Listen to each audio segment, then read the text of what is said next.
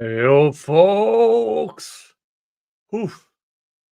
Well, welcome. It is Tuesday. So I've heard. I'm quite certain it's Tuesday. Yes, it is Tuesday. Let's just say it's Tuesday. It should be Tuesday. I'm doing a lot of work, and then I show up here and talk to you guys. Hello, folks, and hello over at Rumble. Hello over at YouTube. Not streaming on X because it brings me no new audience at all, according to the analytics. And so, yeah.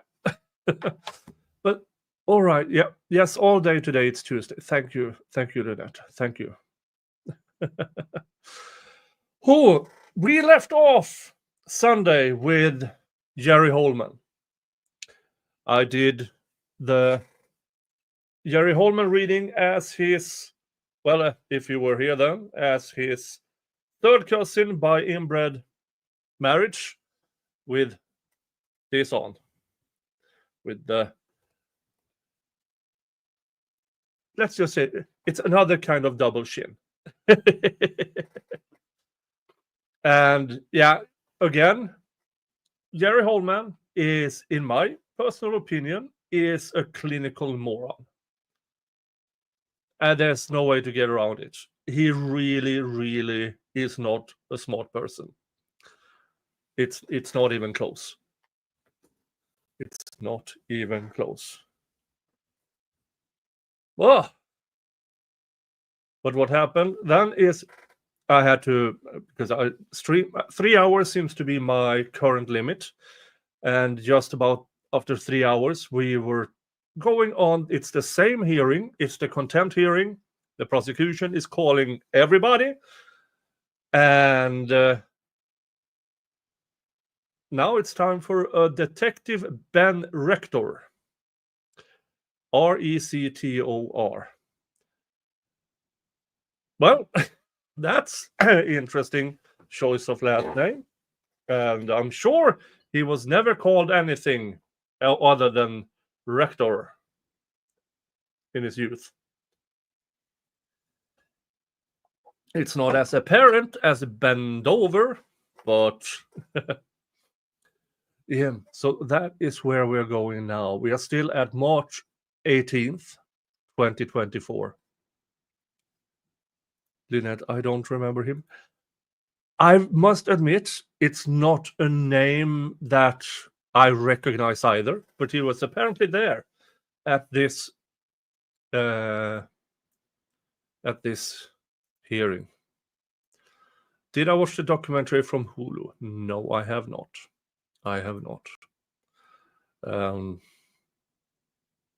Eventually I will.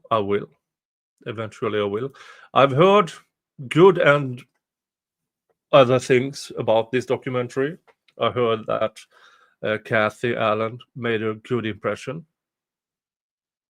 And hello, everybody! Say hello to Mr. to Gigi, my first and best moderator. Everybody say hello to Gigi. She's been away a bit, but now she's back. Yay!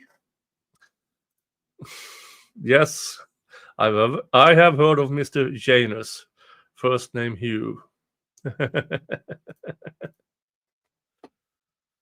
All right, folks. There's no need to wait. I think we should get right into it. I'm placing myself up here. Hello. We are at 19 inaudibles so far. We are halfway through volume 3. So, yeah, let's just get on with it. And here we are. Mr. McClellan, Judge, the state would call Detective Ben Rector. Witness sworn in. Question by Mr. McClellan. Will you state your name, please? Ben Rector. And it's Rector. And how are you employed? detective for the Indiana State Police. And how long have you been employed with the Indiana State Police? I graduated from Indiana Law Enforcement Academy on March 4th, 2011. And are you familiar with this case of State of Indiana versus Richard Allen? I am. And you became involved in the investigation into the leak of photos. Is that correct? That's correct. Tell me how you became involved. I was asked somewhere around October 6th, I believe, give or take maybe, but I was asked to locate Brandon Woodhouse. Okay. And did you locate Brandon Woodhouse? I did. And did you have a conversation with him? I did. And what did you do after that? I had a conversation with Mr. Woodhouse, and then afterwards I was asked to complete an interview with Mr. Rossi and Mr. Baldwin. And did you conduct those interviews? I did, on October 12th. And you were able to meet with Mr. Rossi and ask him questions about the leaked photos. Is that correct? That is correct. Okay. And you were also able to do the same with Mr. Baldwin. Yes, that's correct. When you interviewed Mr. Rossi, did he represent to you who the members of their investigative team are? He did. He gave me several individuals that were kind of involved on their team. Yes. Were any of those individuals Mitch Westerman? No. Were any of those individuals Mr. Fortson? No. Did Mr. Rossi ever mention that Mr. Westerman was working with them as a consultant? He did not. Did he mention his name at all throughout the interview? I believe we discussed him. Believe. And I believe he said, believe? What do you mean, believe, Mr. Rector? Rector? I believe he said he had no. I don't think he ever met Mr. Westerman to the best of his knowledge. Okay. And did you discuss the discovery in this case with Mr. Rossi? We did. And do you know where they would usually keep the discovery for this case?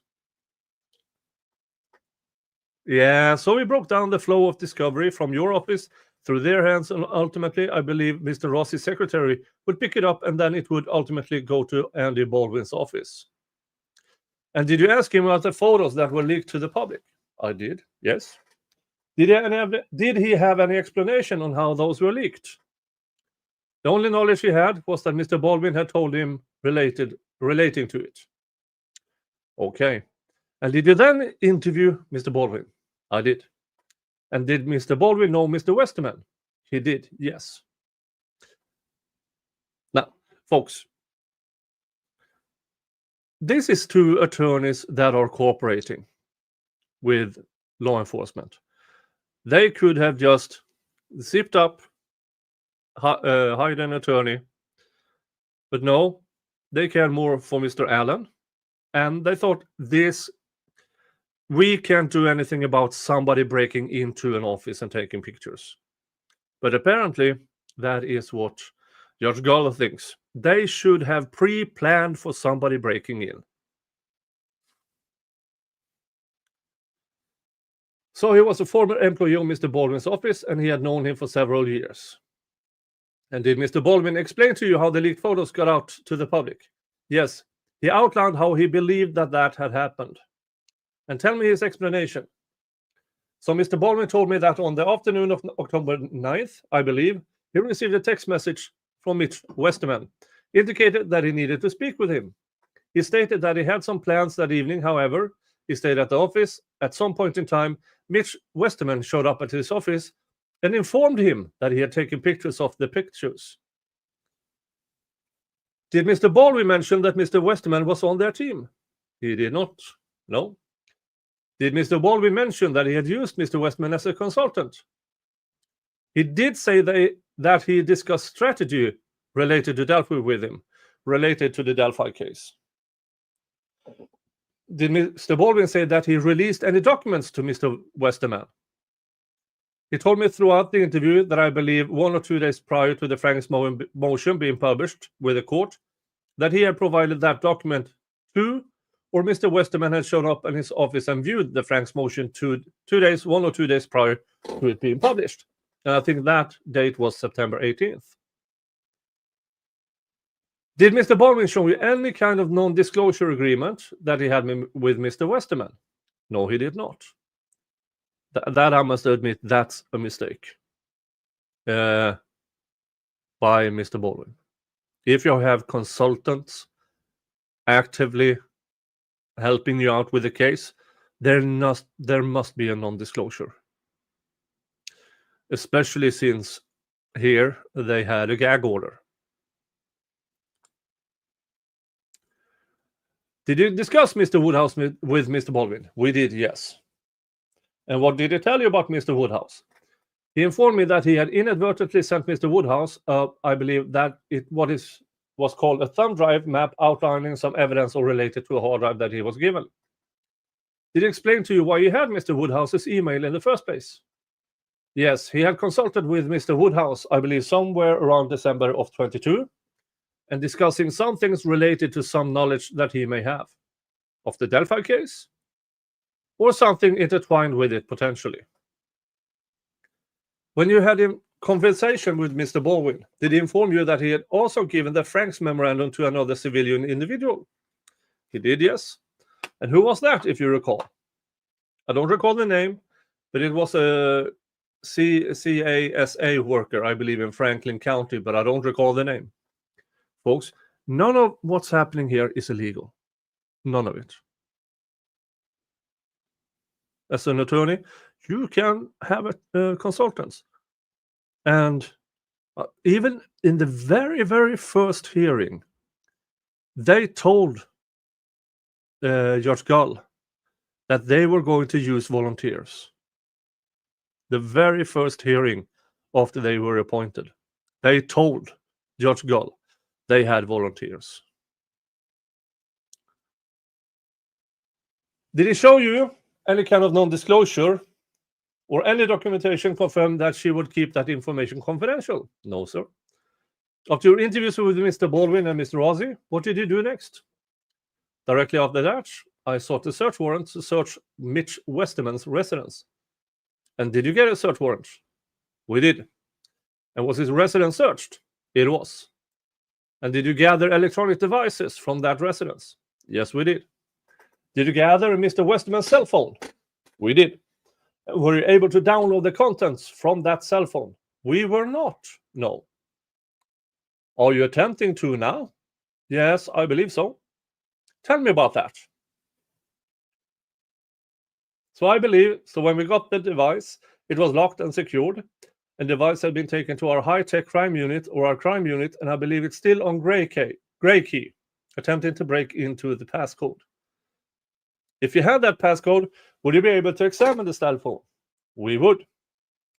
And the fact that it's on the gray key, do you have any idea how long it will take to get into the contents of that cell phone? Originally, I was told somewhere around 2 years. But it all depends, and it's out of our control.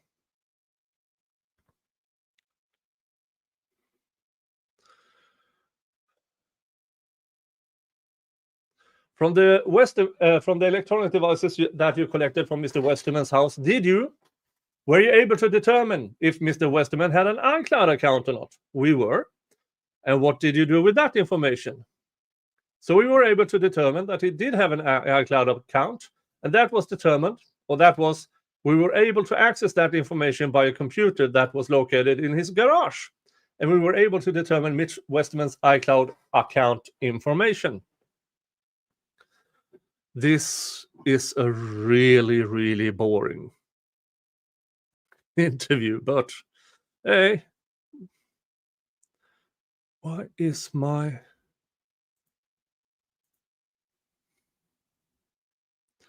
StreamYard is having issues with my Wi-Fi again?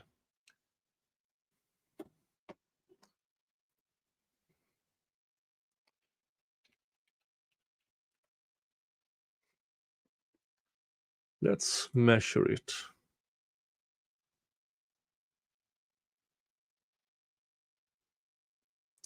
I am currently at 282 megabit per second in or out, or whatever. And 492 the other direction. And still, StreamYard says I have a weak Wi-Fi. Nah. There's something really, really wrong with StreamYard. I should test out the others, the alternatives, because I'm getting sick of it. Only use StreamYard when I have guests, and then use something that actually works the rest of the time. Let's continue. I sought and was granted a search warrant for iCloud, and we ultimately gave that search warrant to iCloud or to Apple. And did you get back information from Apple? We did. And that information you got back from Apple, tell me what that information was, just to give me a ball. Do you need balls, Mr. McClelland? Don't you have any? Or are they very, very tiny? So from Apple, it's kind of, we have no picking and choosing of what we get, but I obtained, I believe, somewhere around 500 gigabytes worth of data, which Apple provided to us, and it was data which was backed up from Mitch Westerman's devices in some way, shape, or form. I mean, they are making a more thorough investigation into the leak of these photos than they did the first 5 years of after Abby and Libby were killed. It's astounding, and it also shows me at least, they are, when they want to, they can do investigations, all of it. But when it comes to finding the actual killers of Abby and Libby, no. They simply had no interest until they found somebody to put it on. Did they use a taint team? I don't know. I guess we will see if it's in here. And where you were able to determine from the information you gathered that the information on iCloud was in fact backed up from Mitch Westerman's devices. Correct. There were personal photographs and family pictures from the Westerman family, so we believe it was, yes. So not to be elementary, but to make sure I understand, when you say backed up, meaning that information came from his devices. That's correct. Okay. Was the iCloud account registered to Mitch Westerman? It was, yes. I want to back up. Well, strike that. I'm going to show you what's been marked as State's Exhibit 10. Can you identify that exhibit? Yes, I can. Can you tell me what that exhibit is? So these are screenshots which were located on his iCloud account. These are screenshots of conversation between an individual named Andy, and they were stored within the iCloud. When you say screenshots, what's a screenshot? Explain that to me. Kind of hard process to explain, but it's a process where you're taking a picture essentially of whatever conversation or whatever is happening on your device. You're taking a picture, a snapshot of that information. And you can save it, correct, and then upload it to your account, correct. Have you investigated crime? Well, let me back up. Those represent documents you found in Mitch Westerman's iCloud account. Is that correct? That is correct. And they represent screenshots of messages found in Mitch Westerman's account. That is correct.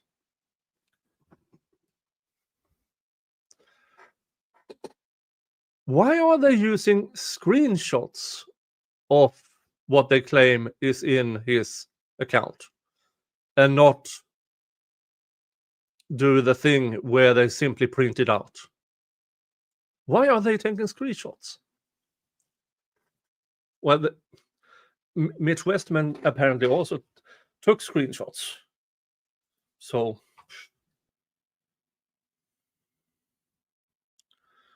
that is correct. Mr. McClelland, the state would move to admit what's been marked as State's Exhibit 10 into evidence. Any objection? Preliminary question from Mr. Hennessy. Is there any objection? He moved the admission of 10. Correct. And I asked for a preliminary question. Yes, you may ask. Also, folks, do you have any idea how easy it is to fake screenshots? It's really, really easy. Court, yes, you may ask. Mr. Hennessy, are there any dates on any of these pages of State Exhibit 10? Not on any of them. To the best of my knowledge, I don't believe there are, no. Say that again, please. I do not believe there are, to the best of my knowledge. And then, so do you know when Westerman allegedly took photos without permission in Mr. Baldwin's office? And I'm going to have to go back to the previous question you just asked, because there is at least one date on these. There are also timestamps on some of these, but it depends on how the screenshot was taken at the time. My apologies on that. Mr. Hennessy, I see the timestamps. I don't see any dates on any of them. Well, sir, one of the pages does have a date stamp on it. What? One of these pages does have a date stamp on it. Mr. Hennessy, which one, since they are not numbered? May I approach the witness? You may. Several of these do have a timestamp, and this one here does have a date and a timestamp. Okay, when you say there is one here, it says Monday, September 18th at midnight. That's correct. So, what year? I don't know. And then you say there's another one with a date stamp. No, I believe there's other with timestamps. Right. But I do not have date stamps, Mr. Hennessy. But so we don't know when any of these were sent back and forth between Mr. Baldwin and Mr. Westerman. The date stamp is not on them. What do you say? The date stamp is not on them. Mr. Hennessy, what question did you hear? Can you ask that question again, sir? Well, which one did you hear? I said, so we don't know what date any of this exchange between Mr. Baldwin and Mr. Westerman was. I didn't ask what time. Correct. So there, we don't know what day, and you have admitted that they were discussing discovery. What could be done, should be done on the case. I don't know that I admitted to that, Mr. Hennessy. No, you haven't yet. So I guess the court, how is this a preliminary question, sir? What do you say, ma'am? How is this a preliminary question when you are asking him things you would be asking him on cross-examination? Well, actually, I was trying to establish that it's work product, because that's going to be our objection. So the question to him there on a preliminary basis was, does the content, the discussion of strategy, discovery, and matters that are protected by work product? And furthermore, what is relevant to, since we don't have any idea of what year it was done, or what date it was done, so what's it relevant to? To show that Mr. Westerman, the court show your objection is relevance? What do you say? Your objection then is relevance to the admission of these exhibits. Mr. Hennessy, work product and relevance, yes. What? Mr. McLeland, Judge, in regard to relevance, I believe it is relevant. I'm just entering it as an exhibit now, but once we get into the contents, it will show, the contents will show the time frame of when this conversation were held.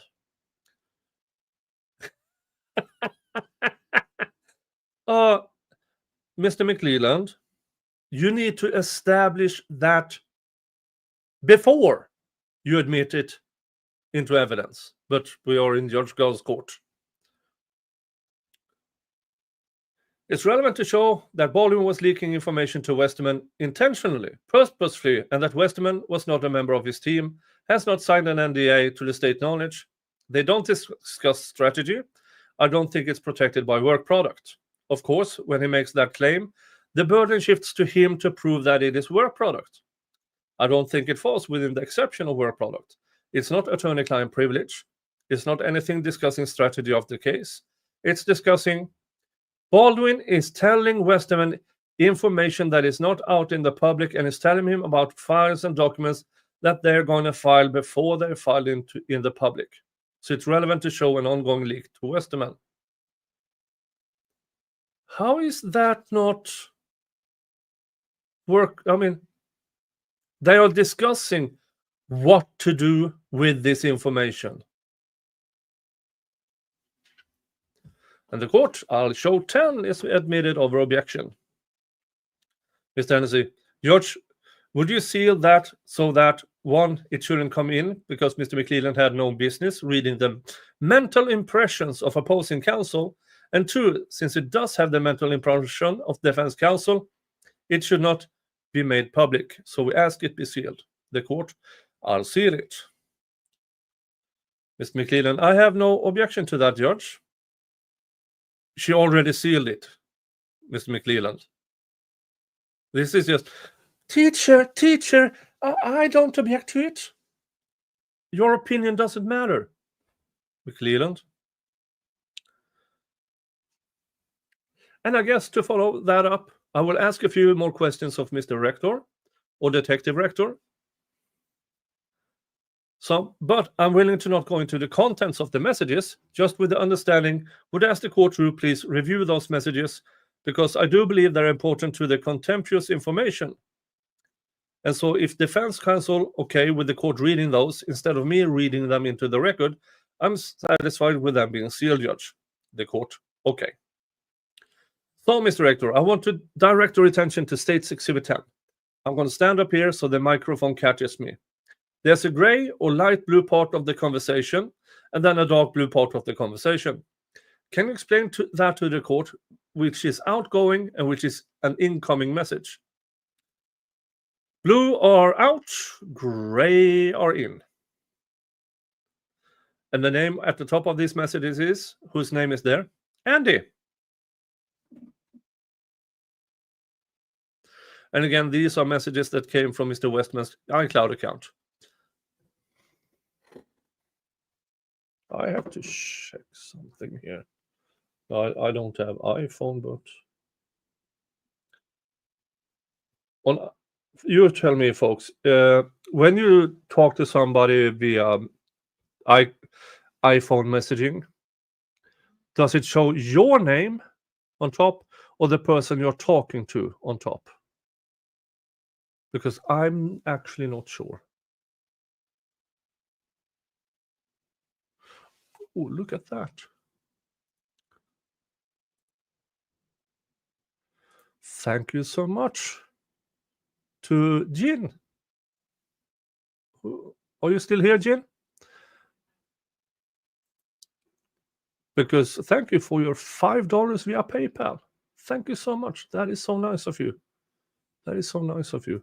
Thank you so much for monetary supporting this channel. Thank you.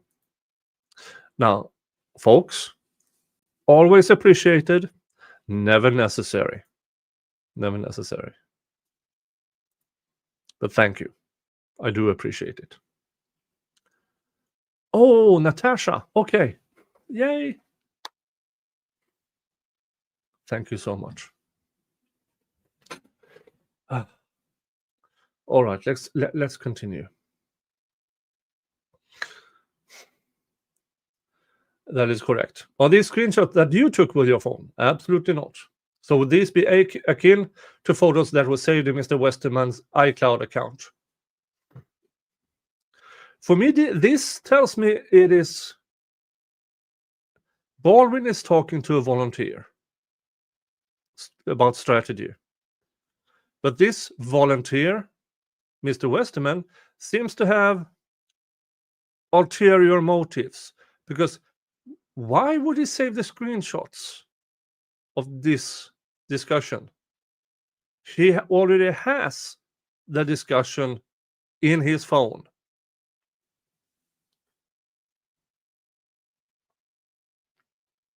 So yeah, I'm a bit...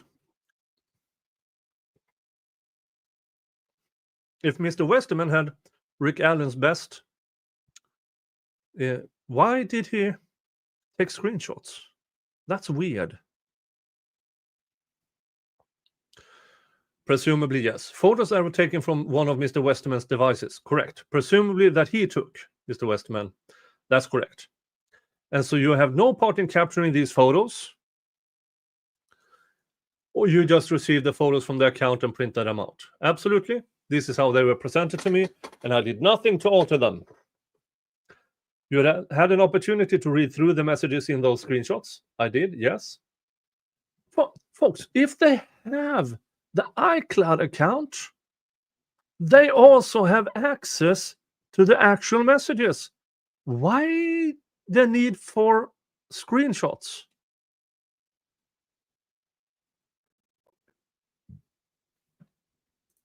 Yes, Natasha says data is traceable. Yeah. So why are they using the screenshots, which metadata only shows they took a screenshot at this point in time? It doesn't actually say when were these messages. Yeah, and Dawn says, why would a screenshot his own messages? I don't know. I must say, if you're going a bit conspiratorial here, he didn't screenshot it for himself. This really doesn't make any sense. And do those messages give you an idea of the time frame when the messages were sent? They do. There are specific things that are cited in these messages that give us a proximity of the time in which they would have been sent or received. So while there's no date stamp that states a specific day when they were sent, the messages give you context of when they were sent. Yes, when you read the content, that will give you some more knowledge into that. I want to go back in time a little bit. You also executed a search warrant on the Facebook account of Mr. Fortson. Is that correct? That is correct. And you had an opportunity to examine the messages between Mr. Fortson and Mr. Cohen that were retrieved from individuals, correct? They are ones that would have been retrieved and presented to me by First Sergeant Holman.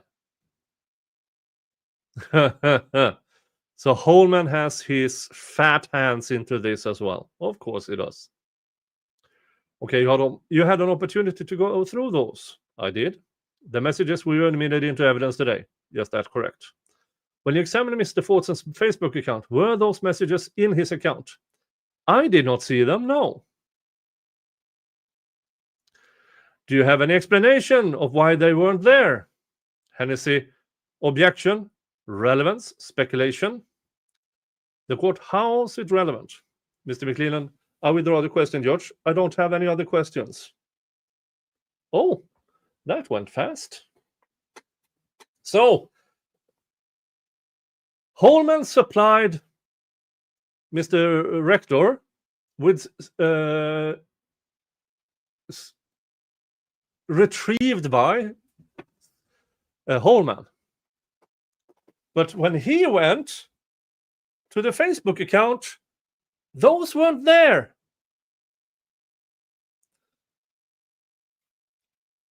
Strangely disappeared, as so much have done in this damn case. Mr. Jingles is here, by the way. Hello, Mr. Jingles. Hello. Hello. Oh. Cross-examination of Detective Ben Rector. Questions by Mr. Hennessy.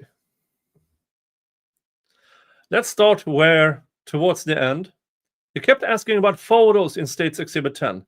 I don't see any photographs. Are there? Well, sir, what he is referring to as a photograph would be the screenshots, which appear in photos when you save them that way. Okay, so there's screenshots that came from iCloud. Yes. But there's no photographs in State Exhibit 10 that were being passed back and forth between Westerman and Baldwin. There are screenshot messages, sir. So there's no photographs in the documents between Westerman and Baldwin. No.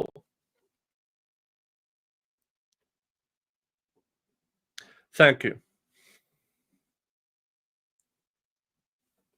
What are you doing, Mr. Jingles?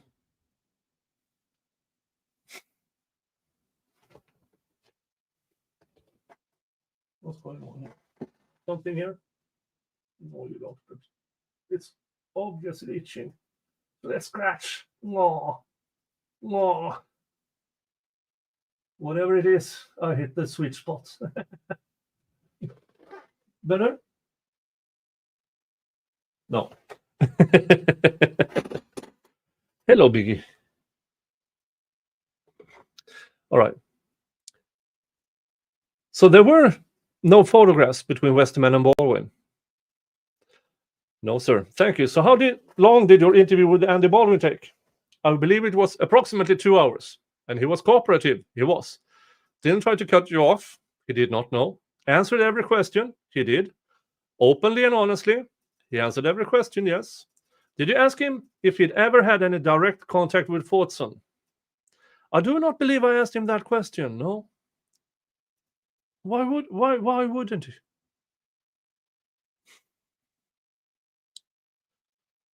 Did he describe how Mr. Westman had no authority to take pictures of anything related to the Delphi case? He described that he did not have the authority to take pictures in the conference room, yes. So your answer to my question was yes. Yes, okay. Did you find out the date that Mr. Westerman confessed to Mr. Baldwin?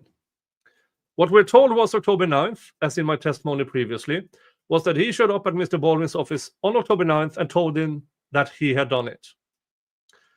And you know that was reported then to the prosecution and the court on October 9th?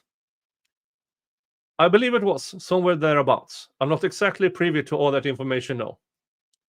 And then you interviewed Brandon Woodhouse. I did. And from that, did you learn that Mr. Baldwin, within an hour of having mistakenly sent an email to Mr. Woodson, called Mr. Woodson and told him to delete it?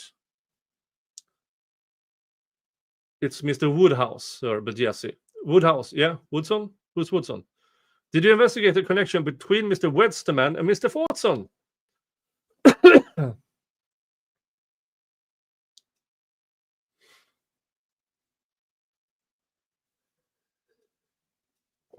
I know that there was a connection from information received. Sir, if you could just focus on my question.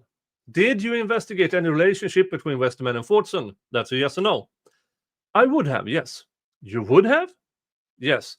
Do you remember what you did in that regard? I remember some context from photos that put a correlation between the two, but beyond that, I don't know what the relationship was. Were you aware of a leak of the affidavit for probable cause to search Mr. Logan's property that had stamped on it for every page murder sheet?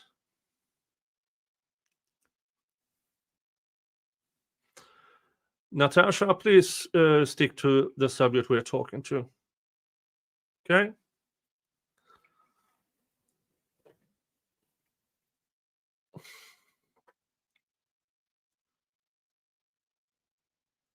Mr. McClellan, objection, Judge. Relevance. Same argument I made in the past, Judge, concerning the hearing today. Yeah. For those who don't know, Murder Sheet is a YouTube page and a vlog. And the leak of the affidavit for probable cause had stamped on it for every page murder sheet.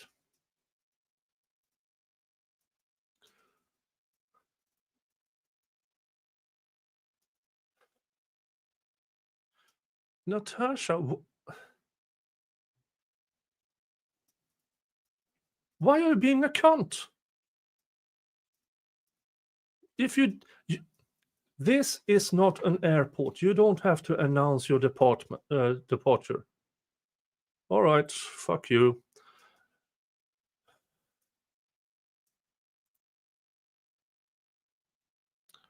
Natasha is banned from this channel. For you who wonder, I stopped giving warnings some time ago. I used to do them, but then people thought, oh, he's just giving warnings, he won't do anything. So now I simply do. So if you're being a cunt or a piece of ass or a piece of asshole, you're gone. I do not need your view.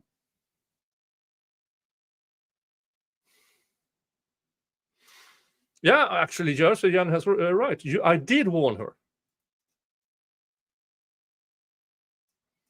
But I made an off, she fucks. I mean, why even go somewhere? Why spend your precious time going somewhere just to be a cunt?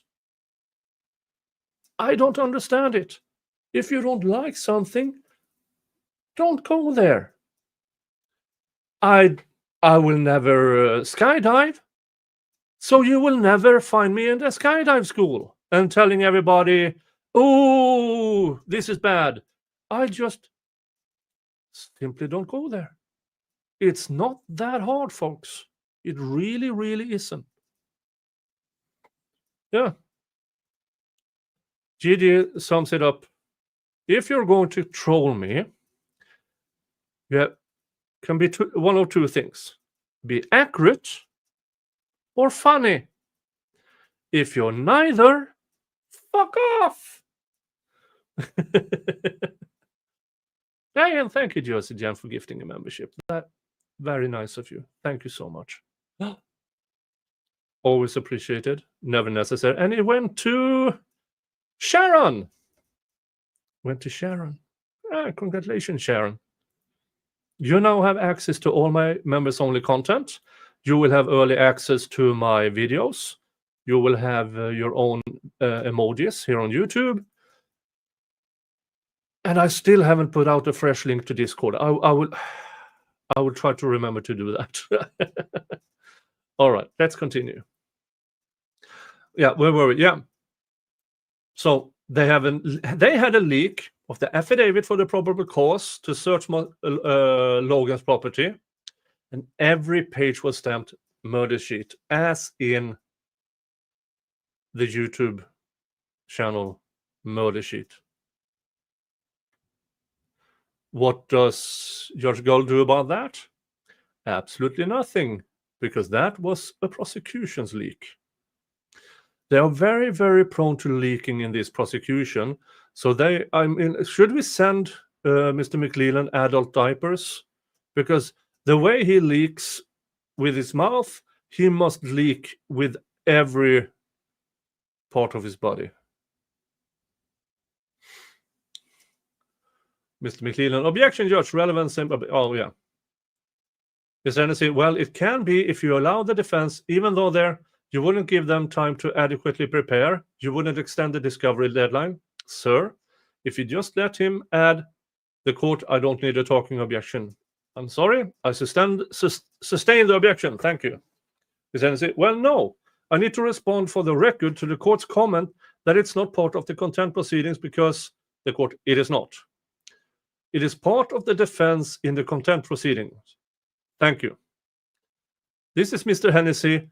He doesn't really care about if the judge goes with him, good on him.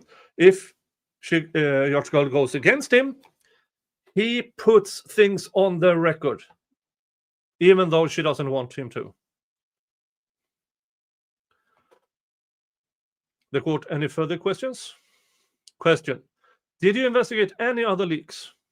I was given information by Brad Rossi at the time of my interview with him about some information that was on a segment by Barbara McDonald. Did you investigate any others? Beyond that, no. And then, so you had access and reviewed the actual email that went to Mr. Woodhouse. Yes, that was provided to me, yes. It was addressed to Brad, correct. That is correct. And Mr. Woodhouse is Brandon. That is correct. So it clearly wasn't intended for Mr. Brandon Woodhouse. I don't think I can speak for what the intent was. I just know that's how it was addressed. Well, Sergeant Holman does. Why can't you? Because I speak to the facts. I don't know. That was a Freudian slip. Even Mr. Rector knows that Holman never have difficulties with facts. Okay. And you reviewed the thumb drive map that was attached to the misdirected email? Yes, sir. And that didn't identify what discovery is where on that map on the thumb drive. I guess you have to be more specific. I don't understand the question. That's all right. It's in evidence. Nothing further at the time. Mr. McLeland? No, Judge. No other questions. Thank you. All right. Thank you, officer. You may step down. Thank you. The state has concluded its parts of the evidence, Judge. What an absolute horse shit pile of manure from the state trying to show contempt of court. That this was an ongoing leak or even a leak that was somehow voluntarily done. Jesus. The state of Indiana rests. The court, all right, then this would be an appropriate time for us to break for lunch. If you would report back to the courtroom by 1 o'clock, the courtroom will be locked and everybody needs to vacate and take your materials with you. Mr. Baldwin, Judge, I had a question. We're not done yet, folks. We're still on the record. Have a seat. Mr. Hennessy, you have a what? Mr. Baldwin, a question unrelated to this. We have received an order that the motion to dismiss would be heard today. Is that still the case? The court, that was still my intent. Mr. Baldwin, okay, that's all I wanted to know. Thank you. All right, be back at 1. Off the record, on the record. Bailiff, all rise. Thank you. You may be seated. Okay. No talking in the gallery at all. None. The court, all right, we're back on the record. Mr. Hennessy, are you ready to proceed? Mr. Hennessy, yes, Judge. First, I would make a motion pursuant to Trial Rule 41B at the close of all the state's evidence. I will remind the court that the proof has to establish willful and intentional disobedience. The standard is beyond a reasonable doubt. And that comes from a 1927 case that has never been overruled. And I will quote from that. I just had it. Oh, I'm sorry. Okay, it's the case of State v. Showmaker. Indiana Supreme Court. Oh, I remember that one. Hold on.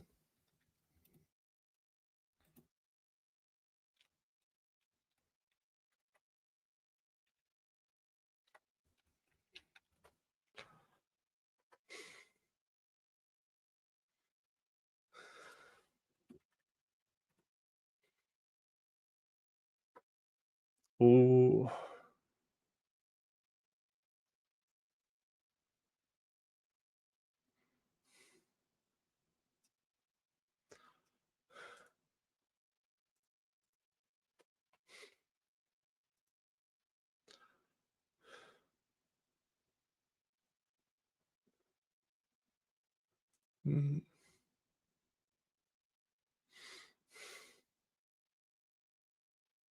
It is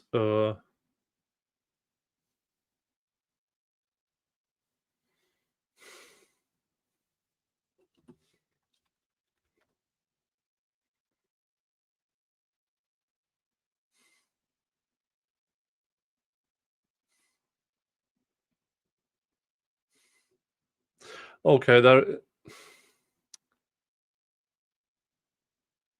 it's not a 1927 case. It is a bank robbery which was against the law of 1927.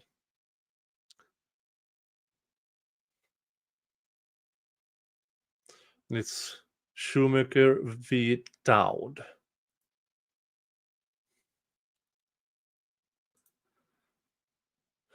Oh, I remember I read through that when I started covering this case. Not on stream, but yeah. So it's Shoemaker versus Dowd. All right, let's continue. The chief parts are, it's a criminal contempt case. The case is governed by the analogies of criminal procedure, and the respondent is entitled to the same rules of evidence, the presumption of innocence that avail him in any criminal case. The evidence must be sufficient to establish guilt beyond a reasonable doubt. I want to start with Mr. Rossi, because there's truly little, if any, evidence of him, and at all. The only, if you look at it, he wasn't involved in the Westerman leak. That wasn't his office. The Woodhouse thing, he wasn't involved in. There's no evidence that it was. There's no evidence connecting him to Westerman, and there's no evidence that he lacked any candor towards the tribunal. Now that leaves you with the press conference, and clearly both Mr. Rossi and Mr. Baldwin did the press release, but it's a day before the court order, so that can't be contempt. So I'm asking for a finding of no contempt for Mr. Rossi at that time. The court, well, sir, of course. We had States Exhibit 1 through 10 that have been admitted, some without objection, some over objection. I have not reviewed any of those exhibits, and I'm unable to rule on 41B motion without having reviewed the evidence that has been presented. So I'll have to take your request under advisement. What? You didn't listen? You didn't listen? Jesus Christ. Mr. Henderson, okay, then moving on to Mr. Baldwin. The court, I would have the same response to your argument, sir. I have not reviewed the States Exhibit 1 through 10 as it relates to any of the information, and I...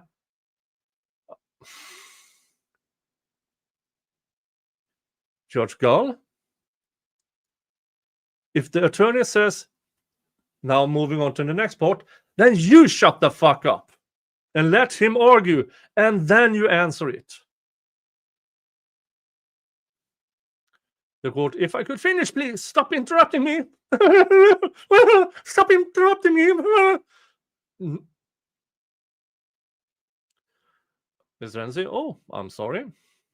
The court, I cannot make a ruling on your 41B without having reviewed the evidence. I will take the evidence and your request as it relates to Mr. Baldwin as well under advisement. Mr. Hennessy, I just wanted to make my arguments, so you have it when you do review the evidence. The court, that's not necessary. I know what your argument would be, sir. If she had found contempt of court, that would have been an appellate issue. Because Mr. Hennessy is in his full right to make these arguments without interruption.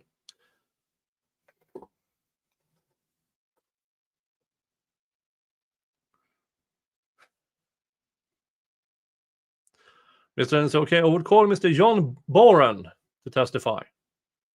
Questions by Mr. Hennessy. Please state and spell your name. John D. Boren. Boren is B-O-R-E-N. What do you do?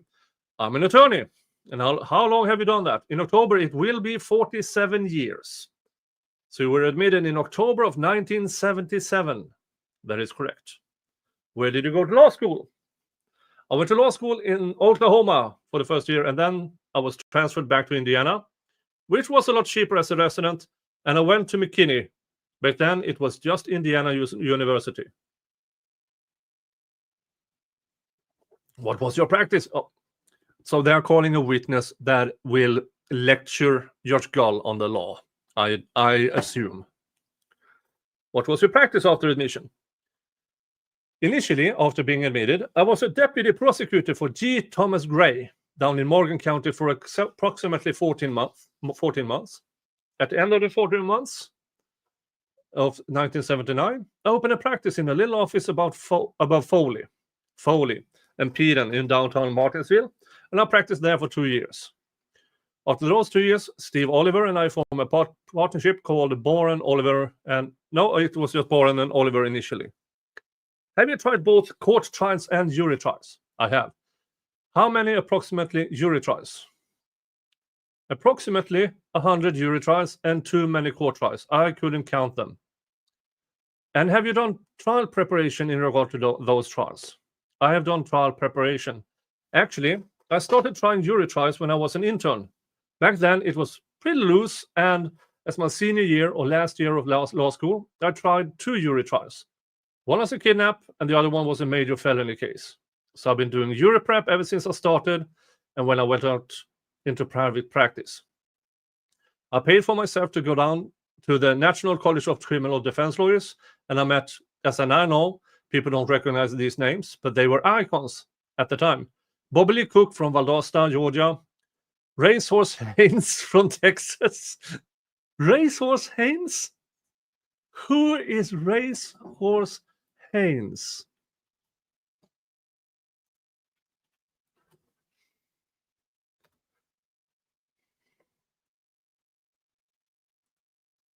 Okay.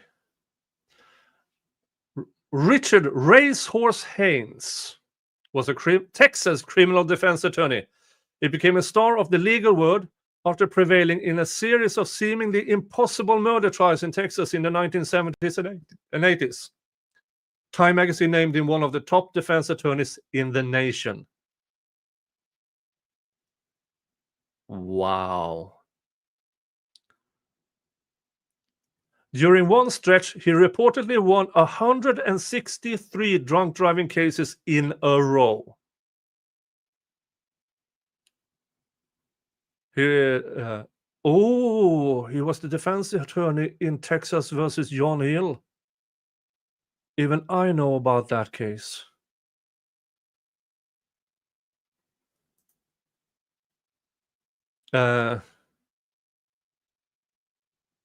It was a murder by omission case.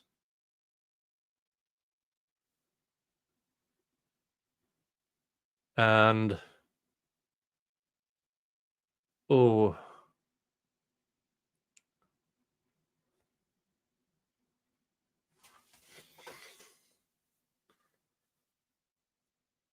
then he was murdered. John Hill.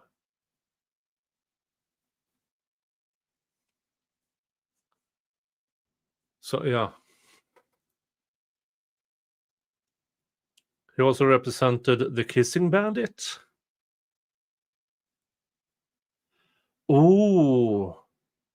And the Vicky Daniel, who was, I believe, that is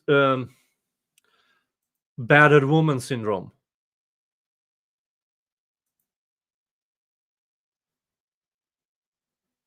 All right.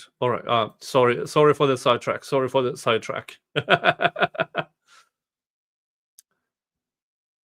And Garvin Isaacs, who was from Oklahoma, and they taught us a lot about jury prep. And with regard to consulting with other attorneys, is that normal and expected? It is. I obviously still do it today. I think maybe I should tell you that I'm off counsel of the law firm Boren Oliver and Coffey now. So I've got one foot out the door, trying to clean up all my cases and get out. But how about consulting with non-lawyers? I think it's more important to consult with non-lawyers than with lawyers. Although, obviously, lawyers can give you some tips in regards to the law. But in 47 years of trying jury trials, I've only had one jury trial in which I had a lawyer on the jury. So it's really important, in my opinion, to consult with non-lawyers. And in doing so, when doing that, so you get a better perspective of how your jury will react to the evidence. Absolutely, So in doing that, do you share with them the discovery and what you've learned and what you expect the evidence to be? Absolutely. One of the things I really felt like I had a good handle on was doing what we call mock juries. And for probably about 4 or 5 years, myself and Nina Miller, as a part of the public defender group in Indianapolis, conducted the seminars. And Nina was a psychologist, and we taught prospective litigants how to assemble juries, how to interview juries afterwards, and the evidence that you have. You want to see what's going to suck the air out of the room or what's going to be benign. Some things that we as lawyers think are really important, mock jurors will tell you they're not important at all. And then the consultation with both lawyers and non-lawyers. Is that something criminal defense lawyers refer to as brainstorming? Absolutely. And there's probably another element to brainstorming Saturday mornings. This is what I'm going to miss when I retire completely. But we will sit around and brainstorm our cases and, talk about the facts and look at the evidence that we had that had been produced. Have you attended continuing legal education seminars where brainstorming was discussed, recommended, and taught? Yes. I have been a presenter at least 3 different occasions in which we roundtabled, and this was for medical malpractice. I did about a 50-50 practice in my 47 years, 50 civil, 50 criminal. But one of the seminars that we did was very much a brainstorming, and we would have a group of people who were attending our seminars, and we would do our brainstorming and talk about it. And then, are you familiar with the term war room in terms of trial preparation by criminal defense lawyers? Absolutely. Please tell the judge what that is. Well, that's where critiquing your case that you present to, whether it be lay personnel or whatever it be, attorneys, you get an idea of how your presentation is coming across. And people, hopefully you have good people that will tell you the truth, like this is working and this is not. But with regard to trial preparation for a major trial, would you have all of the evidence set out in a particular area as you approach trial? Absolutely. We, in my practice, which is Martinsville, Indiana, we have two conference rooms. And we had a big conference room that frequently we would have pieces of evidence such as photographs, diagrams, and as the technology began to increase, we would have, cell phone analysis. All of that would be out in our either whichever room we decided to use. And frequently we would have that in my office as well.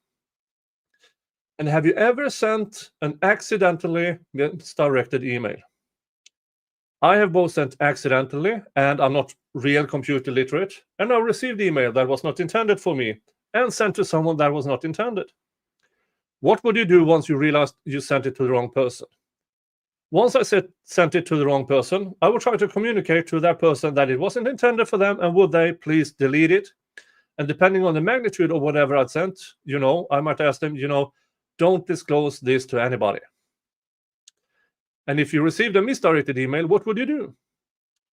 When I realized I was misdirected, I would stop immediately, call the person, delete the email, and tell the person that sent it to me that I had deleted it. Having taken such corrective actions with either one, would it cross your mind? Or would you feel obligated to report that to a prosecutor or a judge? I guess it would depend upon what it was, I would probably, I don't know why I would, report to either a prosecutor or a judge. You would figure it was cured, correct? Right. Okay. Why are you here? Well, I'm here because I'm getting old. And I have experience and I do have training, and you indicated to me that maybe that might be something that the judge would like to know about. Thank you. Nothing further. The court, McLeland. Thank you, Judge. Questions by Mr. McLeland. Mr. Boren, good afternoon. Good afternoon. In your vast experience, which I appreciate, have you ever been subject to a gag order put down from the court? I have not been subjected to a gag order in my 47 years, and I handled a Stephen Judy case. That was before you were born, I'm quite sure. Yeah, folks, gag orders are not normal. It's abnormal. But, the last decade or so, gag orders are getting increasingly more common because way back when, there were only newspapers. And newspapers went to the cops, went to the prosecutors, and that was it. That was the reporting. The past 10 years, you have the blogs, you have YouTube, social media.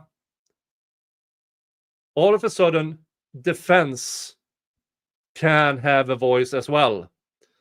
And all of a sudden, by quinky-donk, gag orders. So it was okay when the prosecutors and the cops did all the talking. But oh my God, if the defense could have a voice. We can't have that, can we?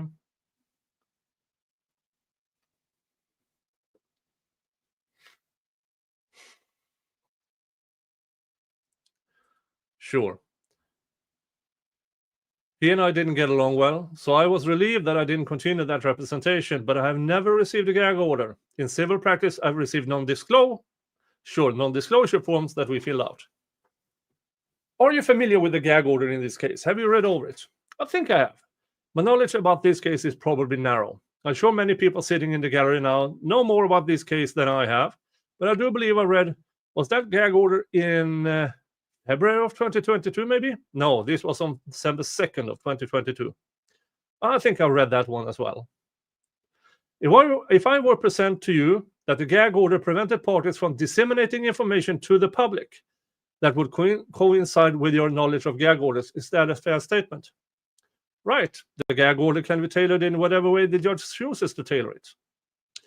And if you had a gag order that were in place and you were to consult with a civilian, what precaution would you take to ensure that that civilian doesn't disseminate information to the public? I might make a major mistake and think that my civilian would not disclose anything like that. I think that would probably be my nature. I've never had an onerous gag order. That's probably the best way I can answer your question. Have you been subject to, and I think you answered this, have you been subject to a protective order in terms of discovering a case? Protective order in civil cases, yes, I have. I've never been, let's put it this way, I'm an old man and my memory is not that great, but for over 47 years, I don't remember ever receiving anything like that. And even through Morton County. Morton County is kind of a small place, but we have some pretty notorious cases, and I've handled most of them. Again.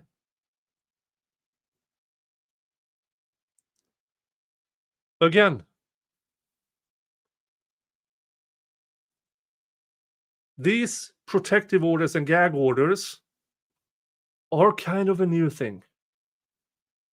Or new-ish thing.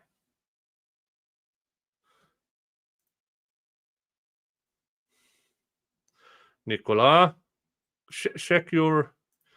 I have nothing muted here. All right. Can you hear me, folks? Can you hear me? Say something or write something if you can hear me.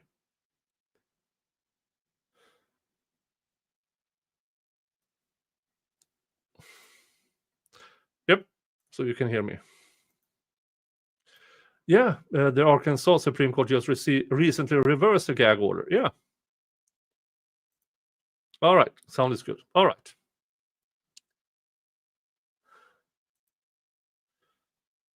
Have you been subjected to, Baba? The protective orders that you've had in civil cases, have you ever violated those? No, I've never. I've had one violated that impacted our case, but sure, not me. If you had a protective order and you did violate it, would you feel obligated to notify the court? Certainly. If I realized I had violated it, yeah, I would tell the court. What precautions? When you had a protective order for discovery, what precautions do you put in place to ensure that civilian consultants that you have don't disseminate that information that's protected? I've never had the occasion where I had to sit down and tell. I mean, most of my consultants were experts who were professionals in the field, and I never had a reason to do that. Maybe that's negligent on my part, but I never had to do that. When you speak of the war room, would you put any precautions in place to keep the public from entering that room? Interestingly enough, I consulted with my partner, Mr. Oliver, and like I said, he's been practicing 45 years. And, we never put a lock on any door. We never, put a sign up. It just never was something that crossed my mind. Yeah, how would you expect a break-in? And even if it were a break-in, how would you ever expect that the court would blame you for somebody breaking in? Have you ever been involved in a murder case where there were crime scene photos? Oh, yes. And have you ever released those photos to the public? No. In the Stephen Judy case, I remember Tom Gray handing me, here's your copy of the horrific crime scene photographs. I do remember I shared them with the lady next. I was practicing. I was right out of the prosecutor's office. And I remember showing them to the lady next door and asking her what her impressions were. Hey, you, neighbor, come here. Look at this. What's your impression?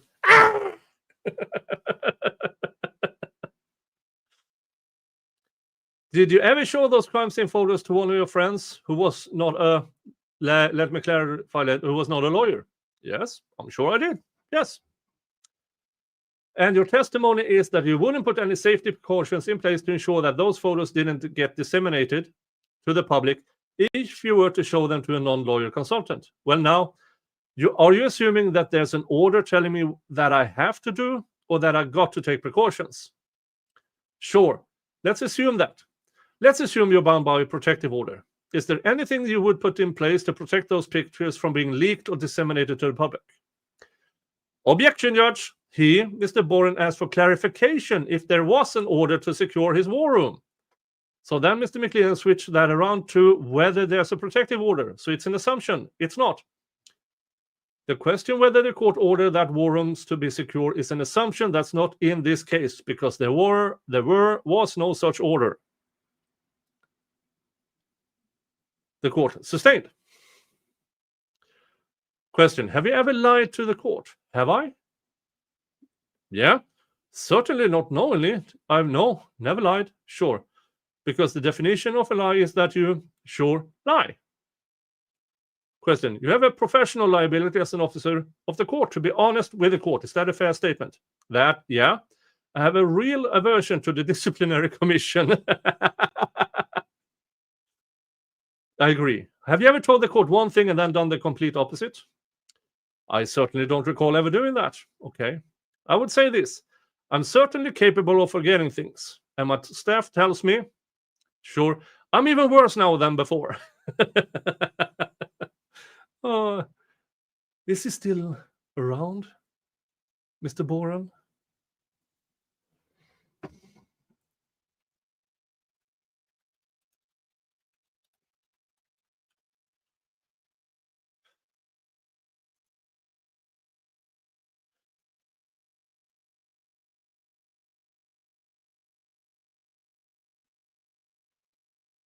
What was his full name?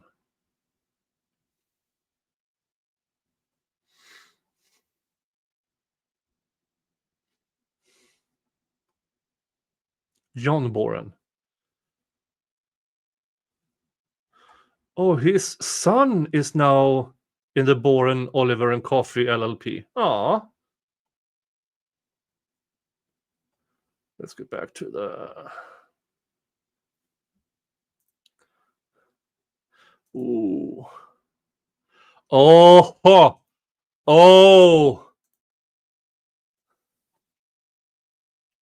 You need to see this. You need to see this.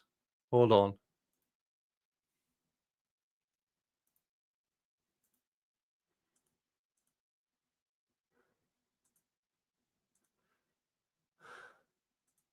This, folks, is Attorney Boren.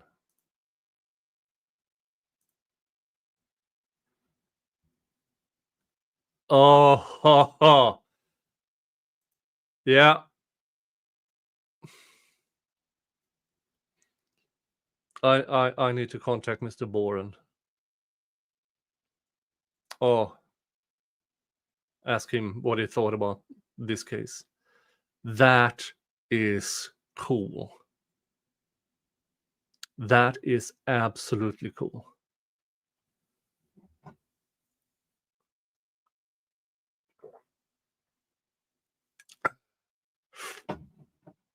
Yeah, I need to try to contact him. That is cool. That is, yeah.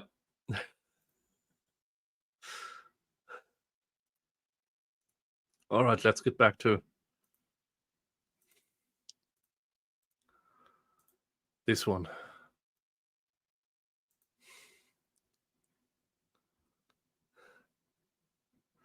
I have its page up there.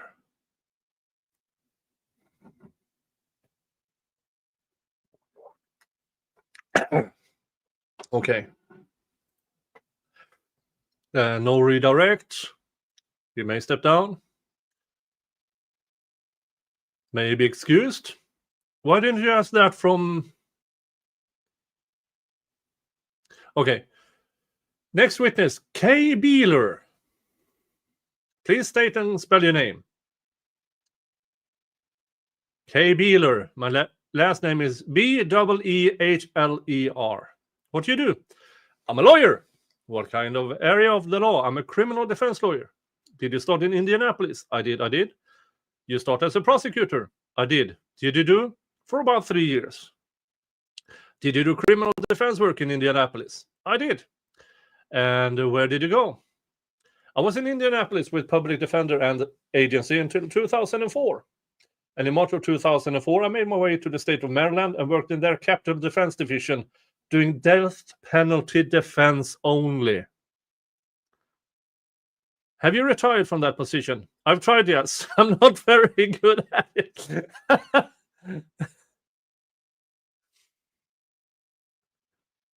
What do you mean change screens?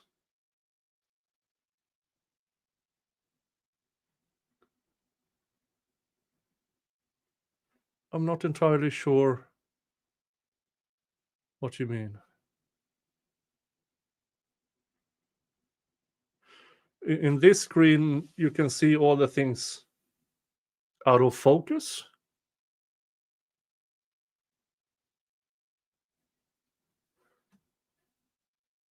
What part is out of focus?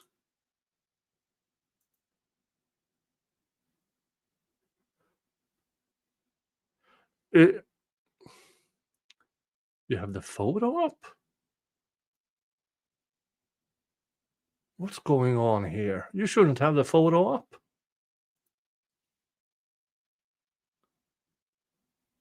This fucking StreamYard.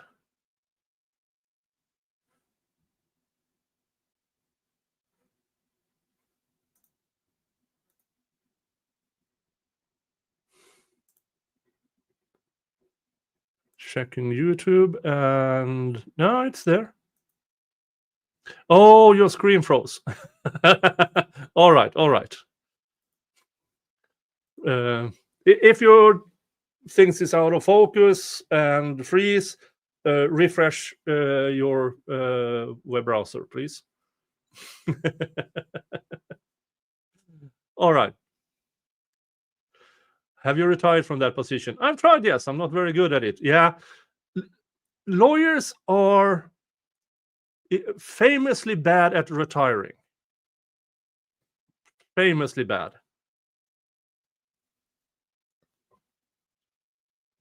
Are you back in Indianapolis? I'm back in Indiana. I'm in Vigor County right now. I specialize in appeals. So you had both court trials and jury trials? Yes. And you've done trial preparation for both court trials and jury trials? Yes. Please describe your preparation for the court. I have interviewed witnesses. I have gone to the scene. I have looked at, examined, and photographed every piece of physical evidence in a case. We made whiteboards, files. Particularly in capital cases, we would have a room, an absolute conference room full of file tubs in capital cases. It was discovery. I've brainstormed with other lawyers. I have developed a theme of my case and tried to prepare my presentation around that theme. Have you brainstormed with non-lawyers? Oh yes, absolutely.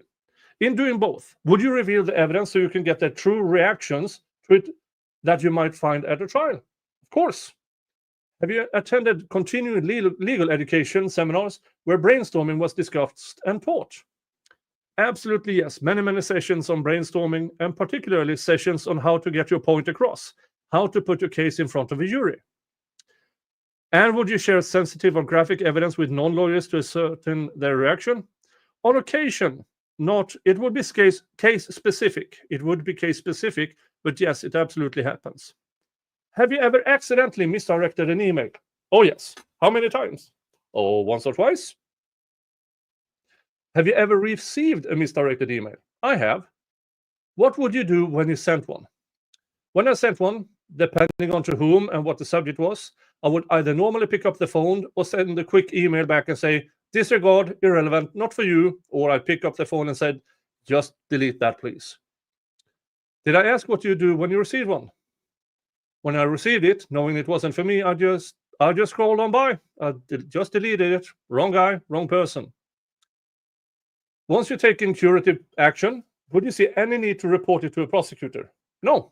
Or a judge? No.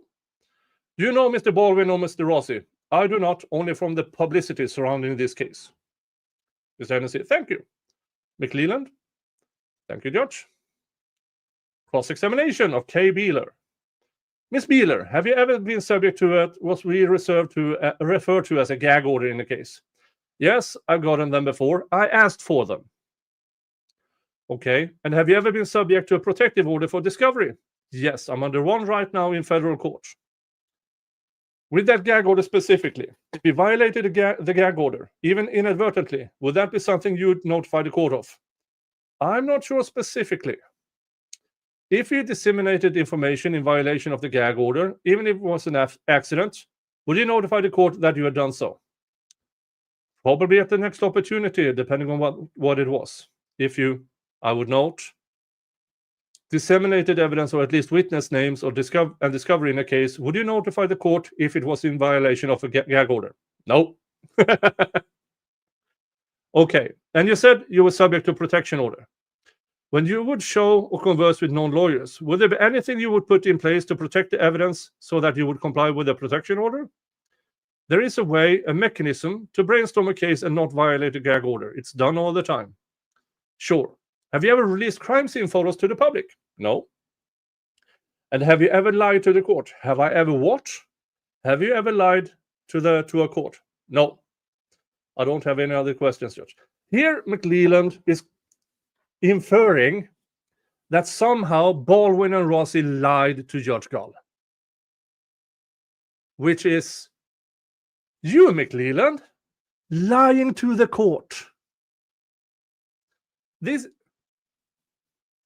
is a bogus contempt charge that McLeland is trying to prove. And why does he do it? Because he believes Mr. Allen's attorneys are like him. That every attorney is like Mr. McLeland. That every attorney is a piece of shit. That every attorney is hiding stuff. That every attorney lies. No, Mr. McLeland. It's you. It's you who do it. You lie. You hide stuff. You're morally corrupt. Your ethics are non-existent. And it shows because how you try to project your inabilities as an attorney to everybody else to make yourself feel better. But no, Mr. McLeland, you are to the core a piece of shit. Now redirect.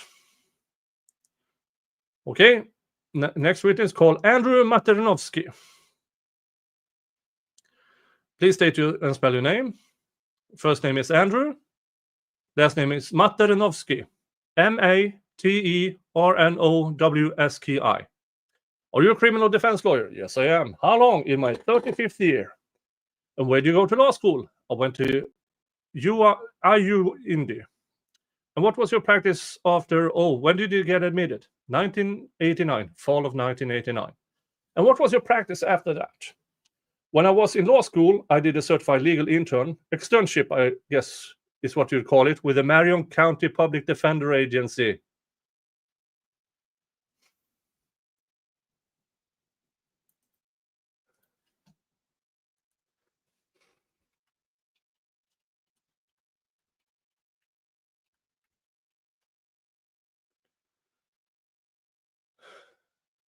Yeah, Marion County in Indianapolis.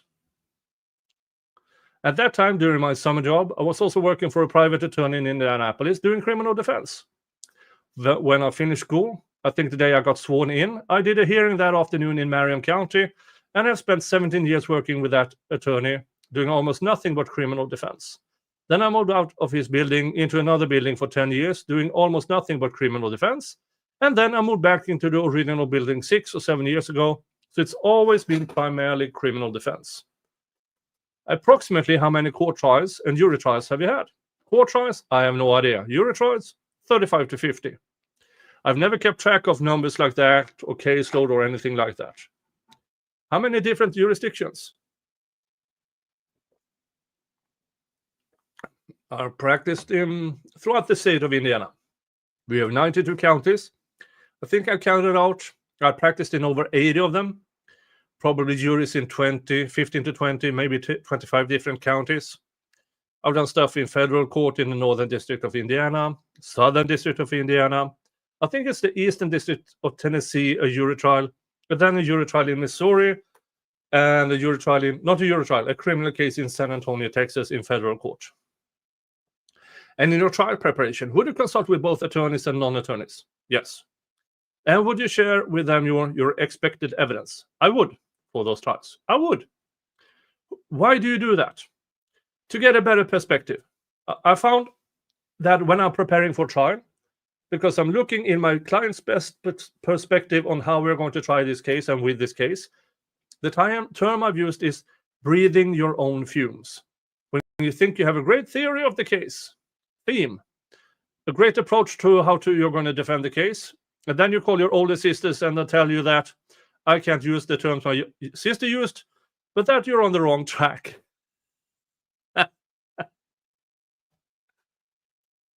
Yeah. I would assume it would be something like, you're wrong, you're a moron, do right, do better. You heard me discuss with the other attorneys about a war room? Yes, sir. What's your definition of a war room? Essentially, a conference room where everything is spread out.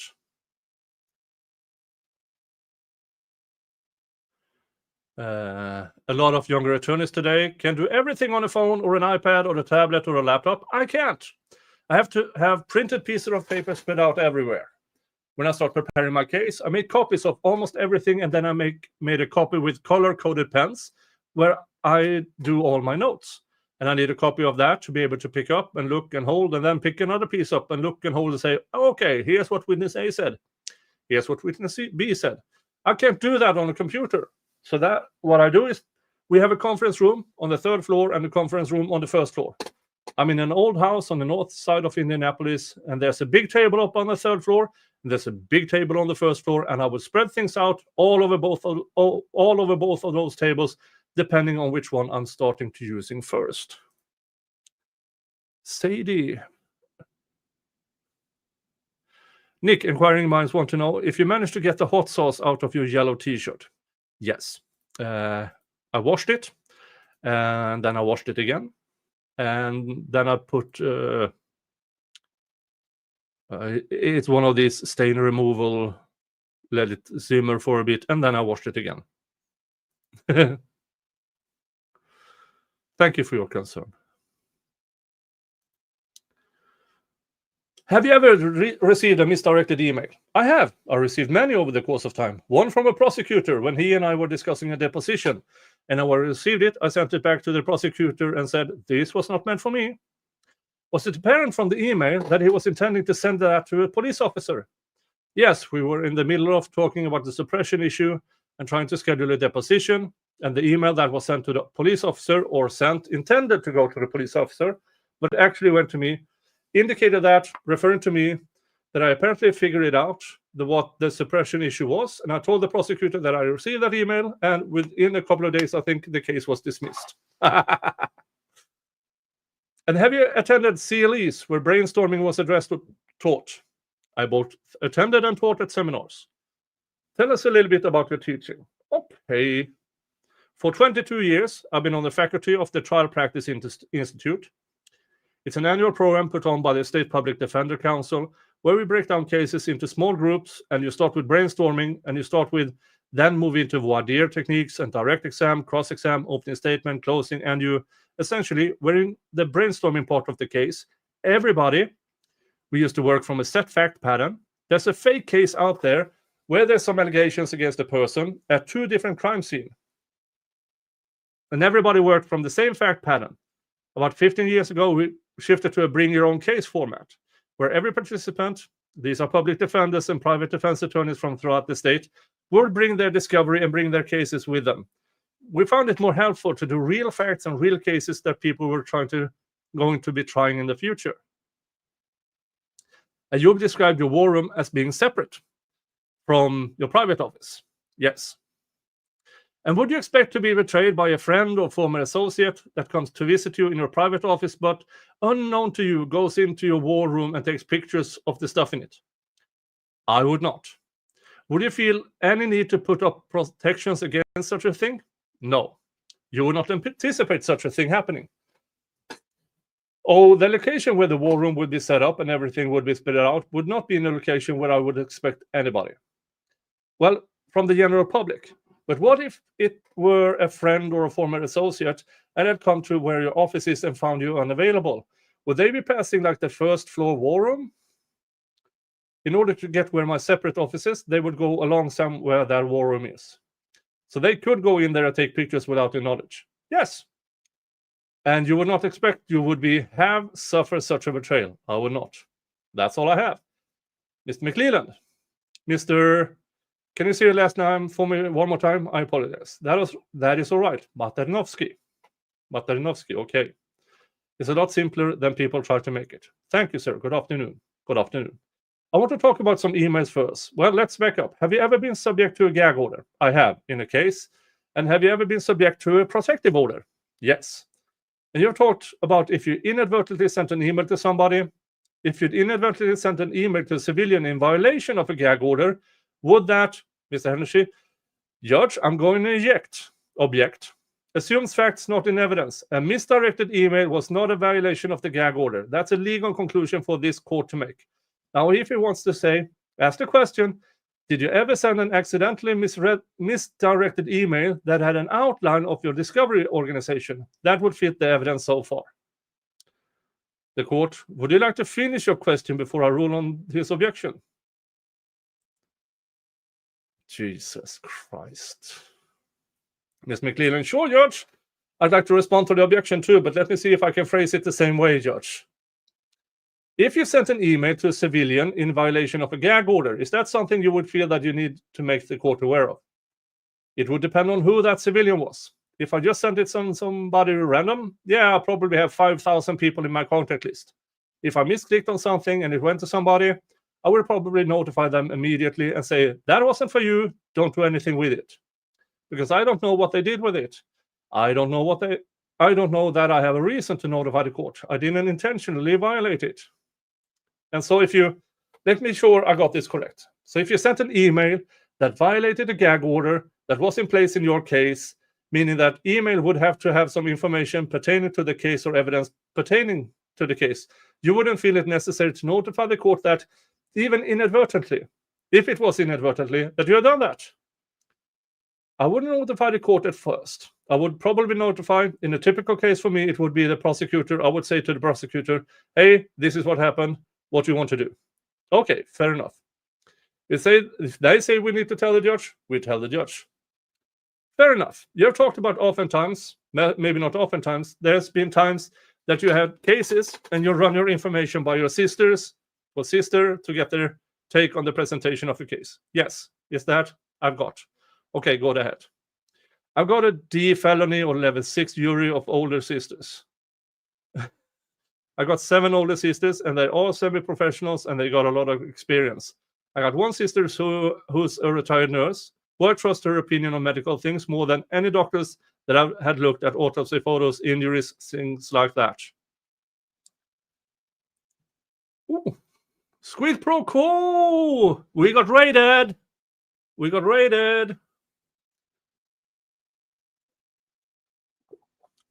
Thank you for the raid, Squid Pro Quo. Thank you. Welcome. We are reading from the transcript from March 18th, 2024 regarding the contempt hearing on that date against Mr. Allen's attorneys. It's bullshit. Everybody knows it's bullshit, but Mr. McLeland is an asshole, so he does this anyway.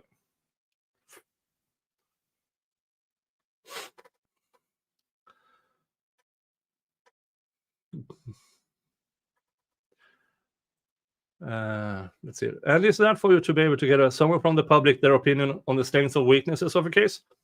With that particular system, no. That usually for more of an expert opinion, but I've done similar things with other people, other civilians, other family members, other attorneys, friends. And again, is that to determine the strengths and weaknesses of a case as they see it? Yes. Okay, so is it fair to say that with the evolution of the internet and the evolution of social media, that an attorney could also use social media and the internet as a way to push out the facts of their case to gauge the public response. You could, yes. Okay, I'm not sure how useful that would be if you're not getting any feedback. Mr. McLeland, I don't have any other questions. No redirect. Blah, blah, blah, blah, blah. Mr. Hennessy, at this time, I would like to have an affidavit of Thomas Leatherman, marked as Exhibit D. You have all these, right? Mr. McLeland, yes. Are you going to attempt to admit all the affidavits that you gave me? Yeah. Okay, Josh, I just want to show a running objection to those. Without the witnesses here to testify, I don't think it's fair to the state. Oh, fuck you. We don't have an opportunity to cross-examine them or question them about the information in the affidavit. And so if this court would just show my objection to those exhibits being submitted to court. I'll show a continued objection. I'm sorry. Was that D? Mr. Hennessy. D was Thomas Leatherman. C is Stacy Uliana. F is Amy Schultz. G is David Pumphrey. H is James Fry. I is Lisa Johnson. J is Joel Wienicki. K is Gojko Kasic. Who? Gojko Kasic is Lake County. It's Gojko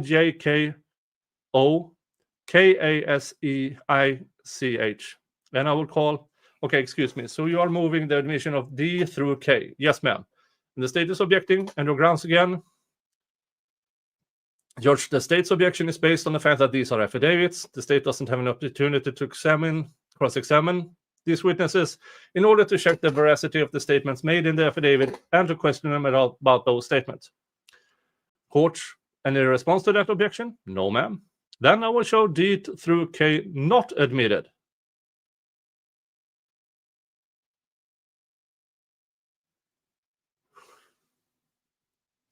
All right, you may call your next witness. Julie Melvin. Please state and spell your name. Julie Melvin. Do you know Terry Williams? Yes. What? Yes. How do you know her? I met her through this case. I'm going to hand you what's marked as defendant's L and ask you if you can identify it. Yes. What is it? That's my phone record of phone calls that we had back in 2017. With Terry Williams? Yes. And then O, move to admit L. Mr. McLean, George, I'm going to object. I don't know what the relevance to this exhibit is. Phone records between Julie Melvin and Terry Williams. I'm not sure the relevance to this proceeding, George, so the state objects. The court, how is it relevant? Mr. Hennessy, well, the next sheet is a Facebook page. A shot of a Facebook page of Terry Williams, and it was Terry Williams sharing with Miss Melvin confidential information about the investigation and from whom she received it. These are the other leaks, and the relevance again is to show that there's plenty of other sources not connected to it. I mean, I'll tell you, I don't think the Westerman leak. Westerman's been connected to Andy by the evidence, but no knowledge of the leak. And so I'm asking to put in evidence of other leaks. So on the issue of contempt, A, that there's many other sources of information about the investigation. As the investigation goes on, there will be testimony that even of the photos that they attribute to Mr. Westman cannot have come from Mr. Baldwin's office. The court, and do you have this Terry Williams here to testify? No.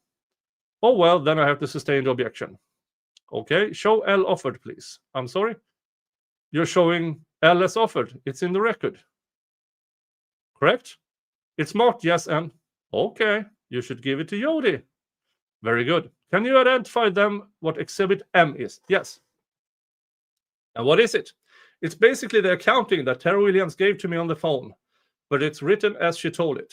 Was that a Facebook post? Yes, by Terry. Offer M. McLeland, George, I object on hearsay. This was our leak, and we are allowed to leak, not the defense. No, that's not written here. It's my interpretation.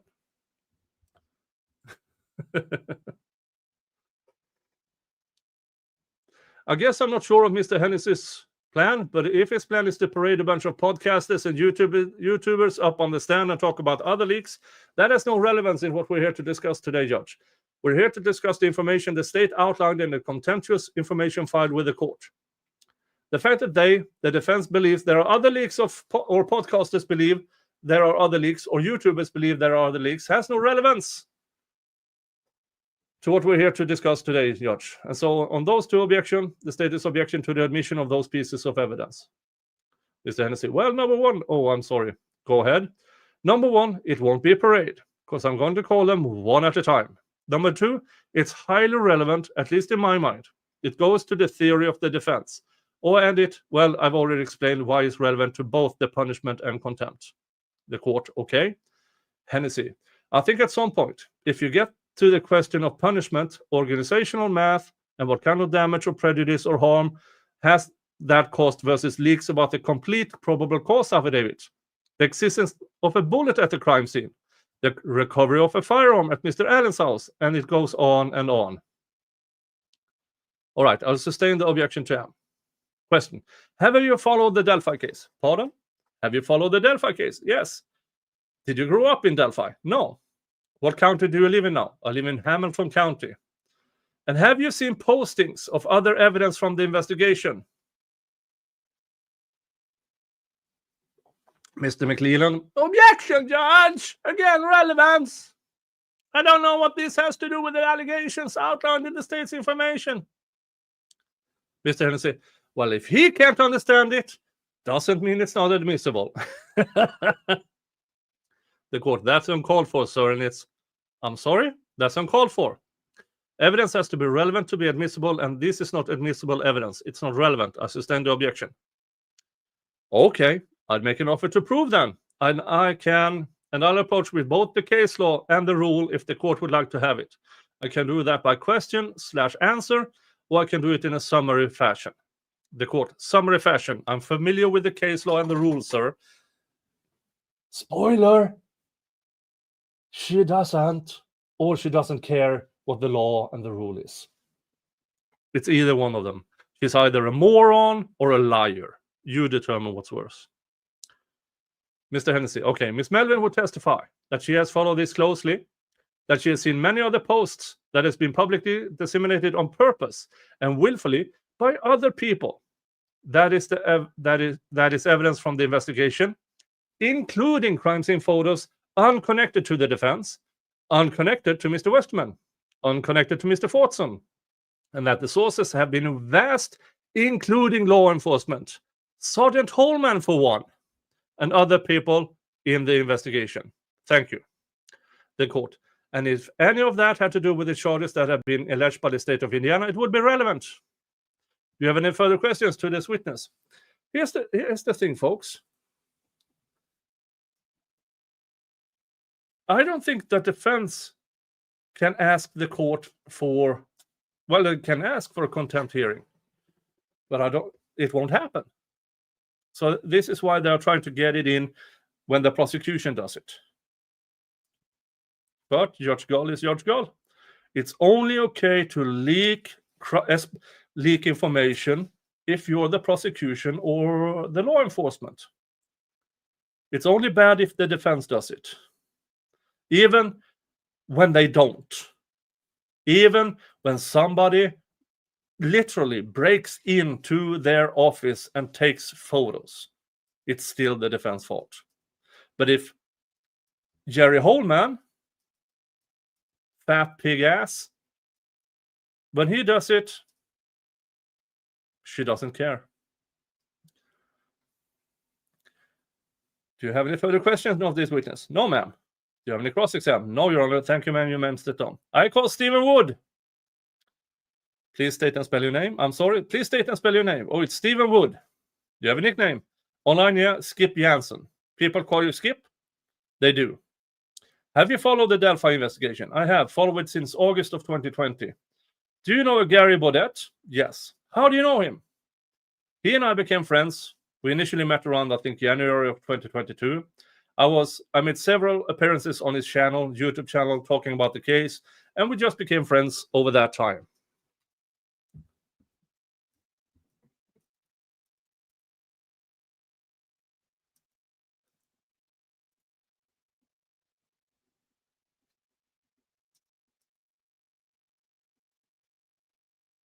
Were you a part of a group that he was a part of a group of? I'm sorry, say that again. Were you part of a group that he was a part of? Yes, we were in a Discord group. Do you know of different names that he went by? He went by Fig Sauce. He went by Fig Newton USA, I think, on Reddit, but mostly, he's known as Fig. Fig? Is that one? Yes? Yes. I'm going to hand you what is marked as Defendant's Exhibit N and ask if you can identify it. Yeah, this is a conversation that I had over text. And how do you know that? Well, I'm familiar with the conversation. He and I talked a lot. Like I said, we're good friends, so we communicated a lot. Offer N. Ms. McLeland, Judge, may I ask a few foundational questions? Yes. Mr. Wood, the conversation that you had with Mr. Baudet, does it have anything to do about an email sent from Mr. Baldwin to Mr. Woodhouse? It does not. Mr. McLeland, does it have anything to do with photos that were taken from Mr. Baldwin's office? I don't believe so. Does it have anything to do with the press release from the defense that was released in December of 2022? I can't recall. Mr. McLean, does it have anything to do with an ongoing leak from the defense out to the public? From the defense? I mean, we talked about ongoing leaks. I meant this conversation here that you're trying to admit. Oh, no. Judge, then I object to the relevance. Any response? No. And it's not admitted. No, because these are people that have discussed evidence that the state leaked.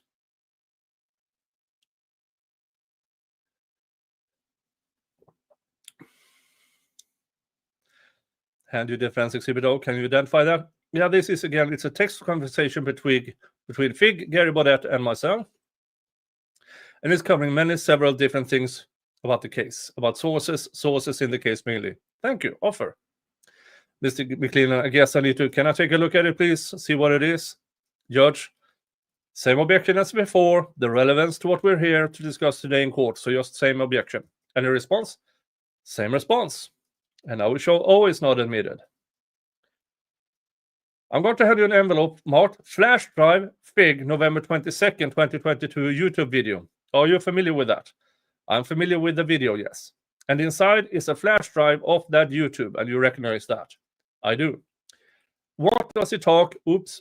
What about in that YouTube? It talks about cartridges, bullets, casings, spent casing, cartridges, mostly evidentiary stuff for the most part. Move to offer Q. Q? Mr. McLean and Judge, I'm going to object. Same objection. Relevance. Hennessy, same response. All right, Q is not admitted. Question. And then did Mr. Baudet reveal a lot of detailed information about the investigation? Objection. Judge, same objection. Sustained.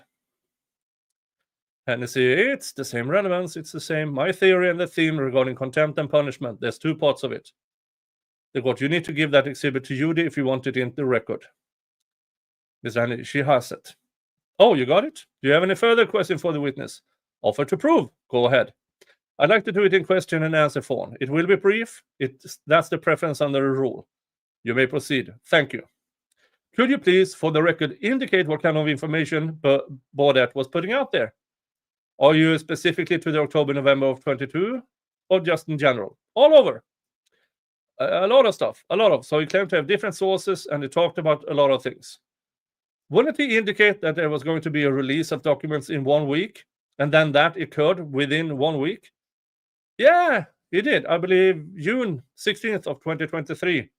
He said that his source has told him they were going to release a large set of documents. Some are older, some new, is how he described it. And then a week or so later, they were released.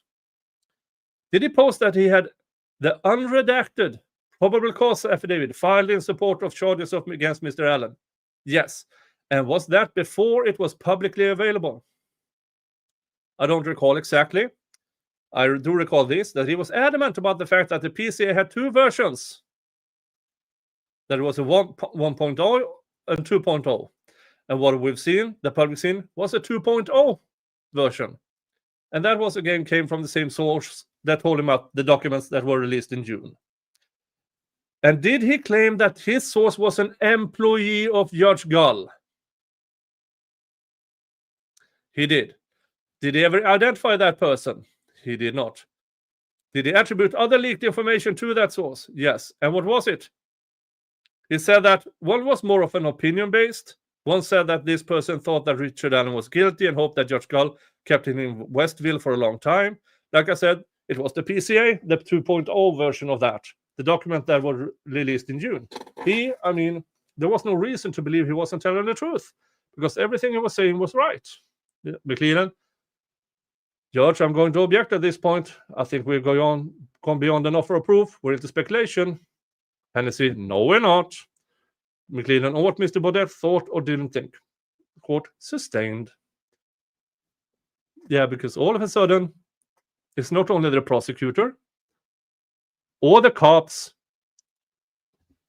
it's Judge Gull's employees that are also leaking.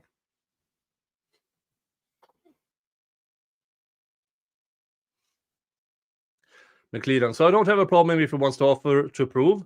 I don't have a problem if he wants to submit documents to the court as an offer to prove. But I think we're going outside of that scope at this point, Judge. Because we're well beyond the offer of proof. Do you have any additional information that you wish to get from this witness? I'm sorry, are you done with this witness? I've sustained the state's objection. No, I'm sorry, okay. Question, did he identify any other sources? Did he say it again so? Did he identify any other sources? He did. Who? Prosecutor McLeland. And was he in communication with Mr. McLeland? He was. McLeland, Judge, again, I'm going to object. I think we're outside the scope of offer of proof, and so at this point, I'm going to object to the continued line of questioning. Of course you do, Mr. McLeland. Of course you do. Because you personally leaked like a maniac. Mr. Hennessy, the documents would establish that Mr. McLeland and Mr. Baudet were in communication. They were trading information. Mr. McLeland said he wanted to talk to other people in the group. Mr. McLeland sent to Mr. Baudet a message telling him to delete everything, so that would be the testimony. And then lastly, I'm sorry, so he and Mr. McLeland communicated, and then any other sources beside the employee of Judge Gull. Mr. McLeland, well, Judge, I'm going to renew the same objection. I think this is outside the offer of proof of why his testimony, of why these exhibits are relevant to the hearing today. Court sustained. So, Judge Gull hears somebody testifying under oath that Mr. McLeland himself personally not only leaks, but also tells people to delete evidence of him leaking. And Judge Gull doesn't care.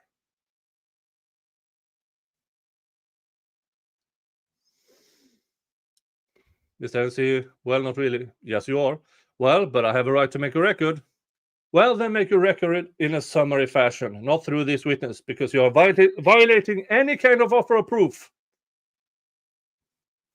Well, you're just having him testify to information that you want to get into the record that Mr. Hennessy, you can't substantiate or support. Mr. Hennessy, okay, I absolutely respectfully disagree. But the only last thing I'll say is that in November 22nd of 2022, YouTube clearly established that Baudet had what he called version 2.0 of the probable cause affidavit, 1 week before it was ever available to anyone. That's it. Thank you. The court. Do you have any questions for this witness? Mr. McLeland? No? Of course not. Thank you, Mr. Tom. I recall Mr. Mullins. Hennessy. Direct question by Mr. Hennessy. Mr. Mullins, you have described your function in the prosecutor's office, organizing discovery and fashioning receipts as it was given to the defense. And folks, remember here, Mr. Mullins was a cop, chief, everything in Delphi police. At the time, 70 days of interviews were deleted. And then the prosecution's office hired that guy to hand over, to coordinate the handing over of evidence to the of discovery to the defense. In my opinion, that was McLeland's way to have a person as a firewall, if you want, so that if they were about to hand over evidence that shouldn't go to the defense, Mr. Mullin was there saying to McClellan, you need to hide that. It could lead them to somewhere we don't want to. That is my opinion.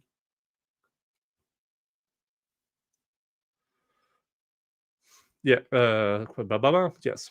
From your duties in that regard, can you tell the court approximately how many external hard drives that they were given? Sitting here today, that would be hard for me to estimate, but several, probably 20 to 25, something like that. And then how many flash drives? Again, difficult for me to give quantification here at this moment without looking at my notes, but several. Maybe I can get some clarification about your question. Was that before or after they were removed? Before, and then after they were reinstated. Thank you. So before, probably maybe 15. Okay, thank you. That's all. That's all. Any questions? Not from Mr. McClelland. I believe that is Hennessy saying he was. They got 15 before they were kicked off. So it has to have something to do with, well, how many did they receive when they were reinstated? Can Mr. Rossi be excused? Yep.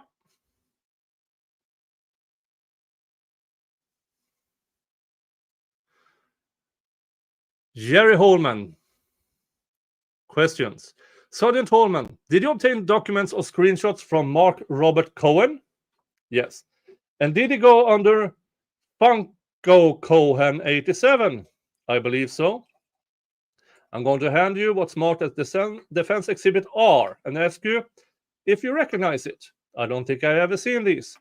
Well, do you recognize it as Cohen? I don't know if he went by Funky Cohen 87 or not, but I'd have to check my notes or re-interview him to see if that's actually him. You just got the question, did he go under Funky Cohen 87? I believe so. And then seconds later, I don't really know. I mean, he's such a bad liar. Okay. Well, then did you, in talking to Mr. Cohen or reviewing his material, it's your belief that Mr. Cohen received pictures from Mr. Fortson and then Mr. Cohen put them on the internet. Is that correct? No. Okay. What did Mr. Cohen do? He sent them to Ian Kane, and he sent them where? He sent them to Ian Kane and Kevin Greenlee. Okay. Did he ever tell you that he also had, or did the murder cheat people ever tell you that he also had photographs of clothing, shoe prints, indentations from a tripod, that kind of stuff? No, I don't recall that. So how did the murder cheat people find out about the tripod marks? How did they find that out? It wasn't in the Frank's memo. I actually don't think at this point in time it was even turned over in discovery yet. Do you know Mike Thomas? I do. Do you know if Mr. Cohen ever told anyone he had seen photos and no? Oh, I forgot. Hold on.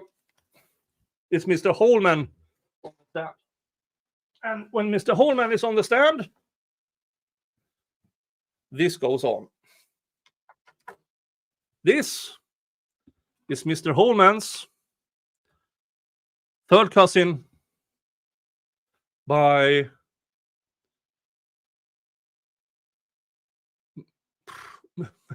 inbred marriage. Hold on.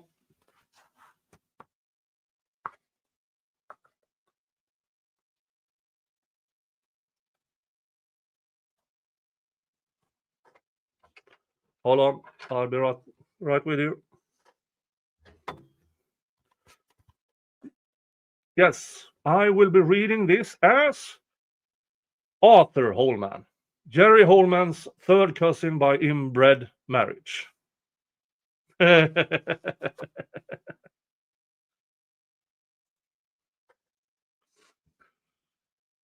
Not really butt chin.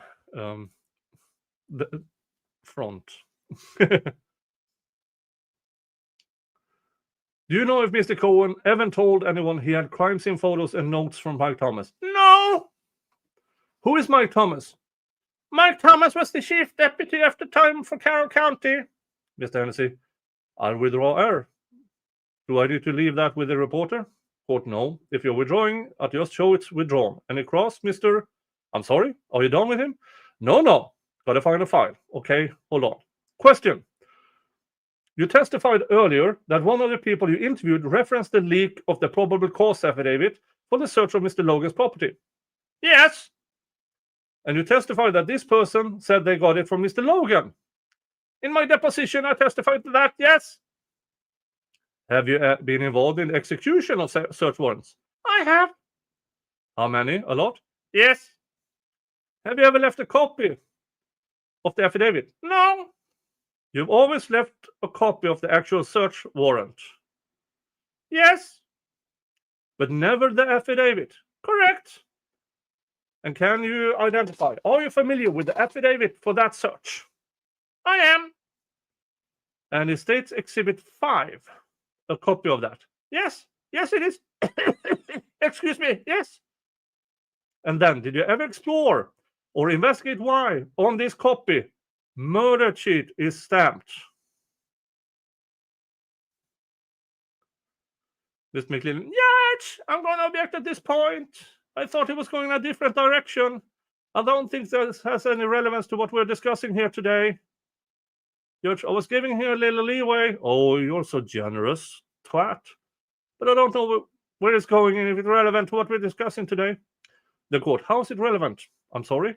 How is it relevant? Well, it's relevant. One, they opened the door because they didn't object when he testified about the Logan affidavit leak. And so that's already in, and I'm following up on it. And it goes to the extent of his investigation of this leak and his choice to not further do further investigations or investigations of other leaks. And he's also testifying, talking to Miss Kane and Mr. Greenlee. Is it Green? Greenlee, yes. Who are the murder cheat people? So he talked about how he talked to them, what they gave him, and this other document that has their little podcast thing stamped on it. The court, well, to the extent that the state inquired, I'll allow it. Okay, move to admit it. Just same objection, Judge. All right, I'll show S. It's S, not 5. Yeah, admitted over objection. Yeah, McLeland have fought so damn hard to keep everything out, and then he starts asking questions and opens the door. Yeah, that cough was the not so subtle signal to McLeland. Please object. Please object.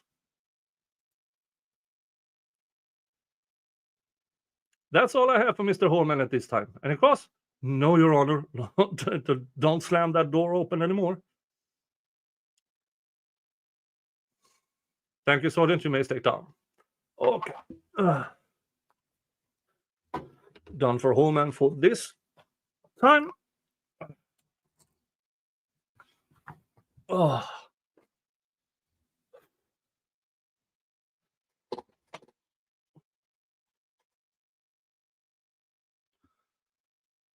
And he's calling Brad Rossi.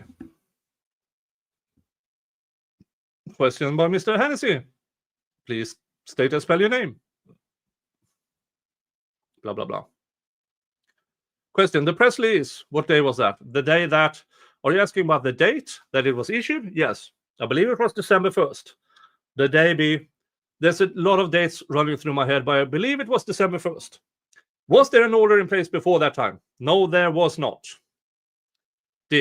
Were there conversations with the court about not intending to try the case in public? There were, yes. Was the press release an attempt to do that? It was not, no. What was its primary purpose? Well, first of all, it's something that was certainly thought out. It wasn't some kind of random act that just occurred. There's a lot of strategy that comes with things of that nature, and in my opinion, I think really the first purpose that it served, from my point of view, is that it communicates to your client that you're behind them, that you're behind them in terms of the endeavor that's ahead in a case like this. So lawyers that are trial lawyers that know what they're doing, that are well trained, will tell you that, getting the client's trust and credibility is important. And so I think that's one of the reasons why, at least in my mind, that I thought it was a good idea. The second reason is maybe more unique to this case. You got, from the very day that I entered an appearance in this case, I'm getting emails and phone calls. The office is inundated with those kind of things from third parties, from media sources. I mean, I can remember getting calls from NBC, Rolling Stone, publications out of London, and at some point, Andy and I talked and just thought, hey, one of the things we can do is issue a press release so everybody knows kind of where we're coming from, and maybe we'll quell some of that, kind of put some of that to rest. So that's why we did it. One per, at least that's why I thought we did it. One purpose was to stop random inquiries, correct? Yes. Another thought was to do it in a manner where you wouldn't be subjected to questions. Oh, clearly, yeah, sure. And then where you found, I'm going to approach you and hand Defendant's Exhibit T. Were you familiar with the extent? When were you appointed? I'm going to say late October 2022. And were you familiar with the extent of state agent-sponsored media presence and publications and press conferences and press releases? May I review this? Yes, you may. That's a state defense exhibit. Yes, I was generally familiar that a lot of these things were going on. Somebody did the count of press releases and press conferences from when Mr. Allen was arrested through the gag order. And that was just a month and a half from the arrest, if I remember. No, 2 months from the arrest to the gag order. And I believe there were a combined 6 or 7 from we got him and stuff like that. So they were really, the prosecution, get our story out fast as fuck and then get a gag order so the defense can't answer.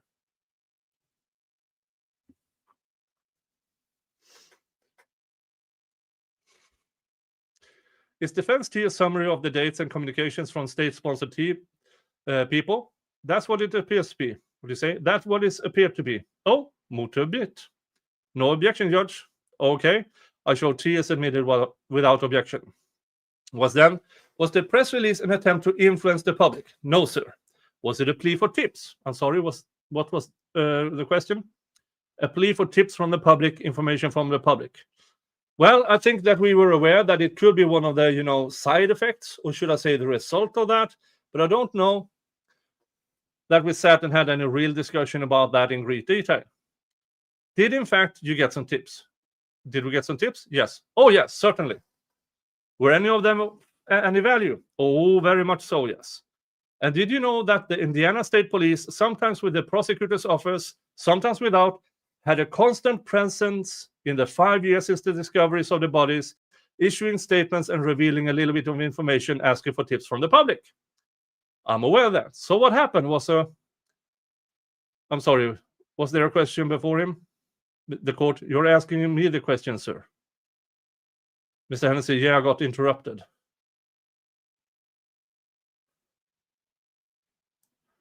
Here it's definitely something missing. Everything here, something has been skipped here. Between this question and something here.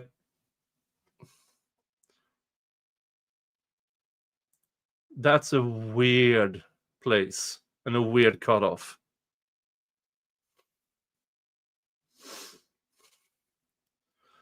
Did you have anything to do with the email to Woodson? Mr. Woodhouse? Woodhouse. I did not. Well, I did not have anything to do with the initial email. I clearly had something to do with reporting it when I learned about it in March of 2023. Did you get emails from Mr. Baldwin the day Mr. Westerman had, or no? Did you get an email? Strike that. With regard to Woodhouse email, were both you and Mr. Baldwin fully cooperative and truthful to the court as that was discussed? Yes. With the Westerman leak, did Mr. Baldwin advise you the very day that Mr. Westerman confessed to him what he had done without permission? Mr. Baldwin, Andy called me on the day that I believe that he learned of that and basically reported that to me. And then, yes, we followed up and decided we were going to call the prosecutor and the judge.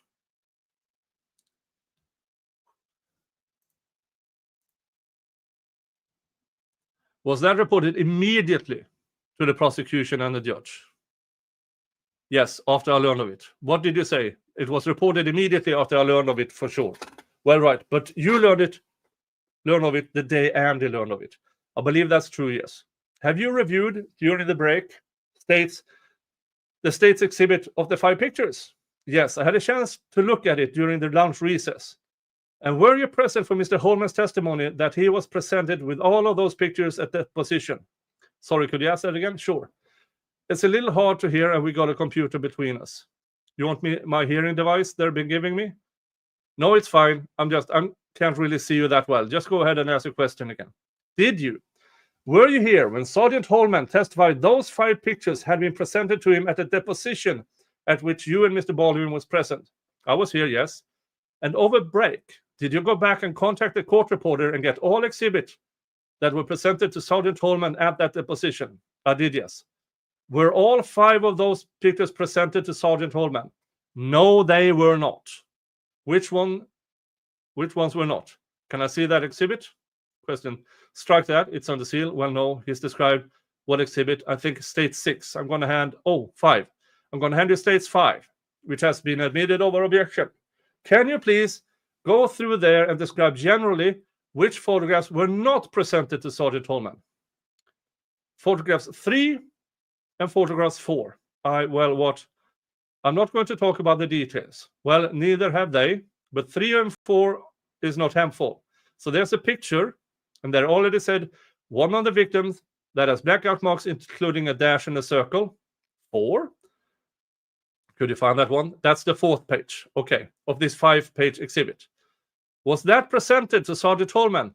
It was not. Sergeant Holman lied to the court.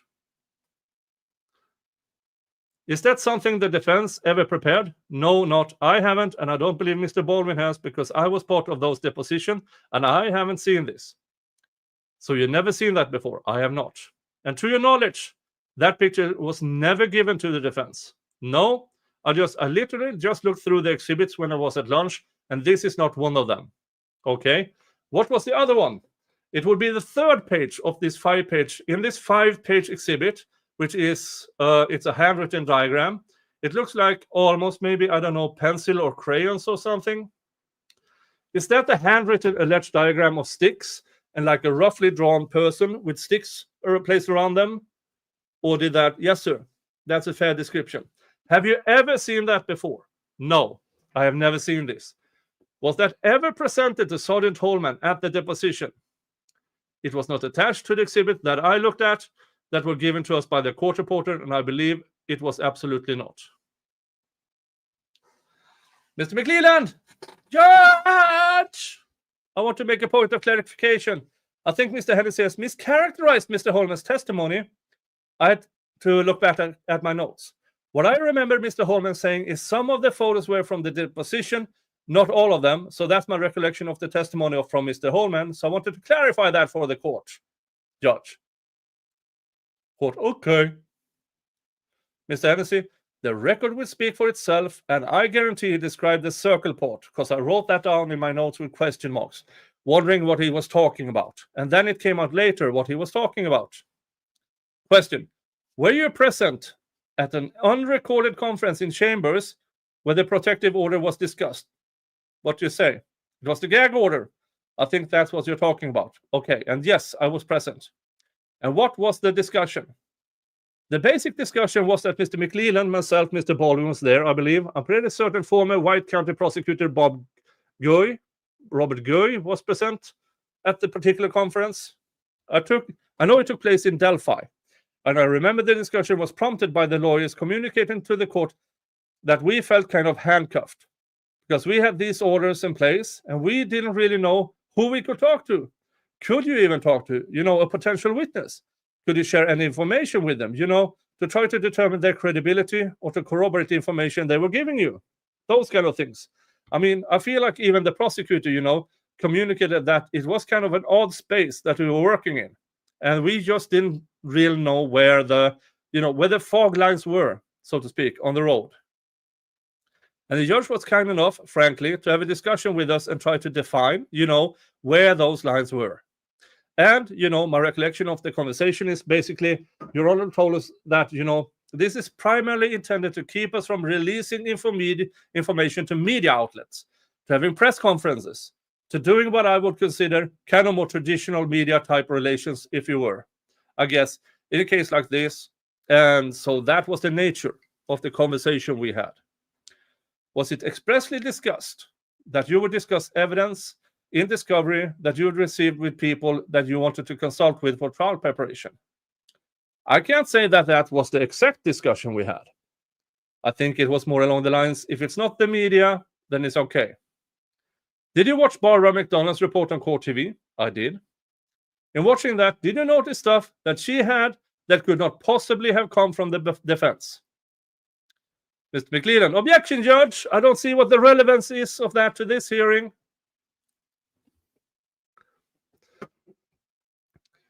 The relevance is the hypocrisy of the prosecution and the court.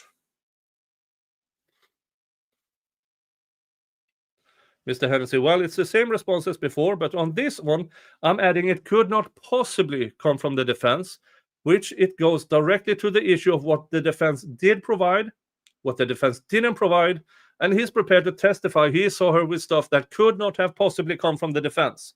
And he's testifying on his own behalf on a overruled. She overrules. Do you want the question again? I saw her, holding what I would consider a part of her report and talking about it openly. And it's certainly something that I knew was part of the discovery. And it wasn't provided by me. And I'm fairly certain it wasn't provided by Mr. Baldwin, because both of us were pretty surprised that she was talking about this openly, the entire viewing public. And wasn't there something about sticks? Well, it was the Purdue report is what it was. Okay, and I'm not even sure we had it at that point. I could be wrong, but if we did have it, it was just right close in time. But I actually don't think that we even had it. I think that later, when I saw the report, when it was brought to my attention that there was this broadcast, and I watched the broadcast, and it was the report that I had just gotten. I actually shared that with the court, just for context. I'm going to approach you and hand you an envelope that is marked flash drive. Barbara McDonald interview on Court TV. Do you recognize that? I do. And was that preserved on a flash drive? Yes. Look inside. Tell me if that's the flash drive. Yes. Thank you. Mr. Hennessy, move to offer back Barbara McDonald on Court TV, Defendant's Exhibit U. Mr. McLeland.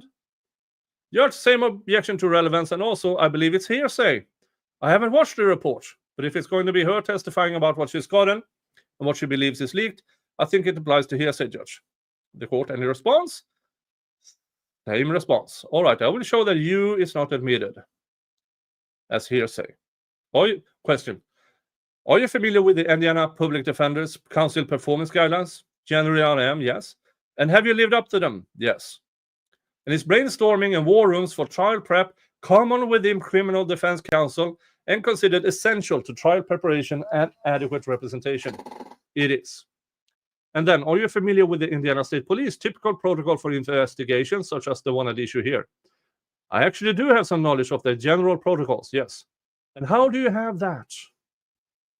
Because I represented state troopers that have been accused of crimes. I have a brother who is one of the chief detectives at the Peru post, and I talk to him routinely.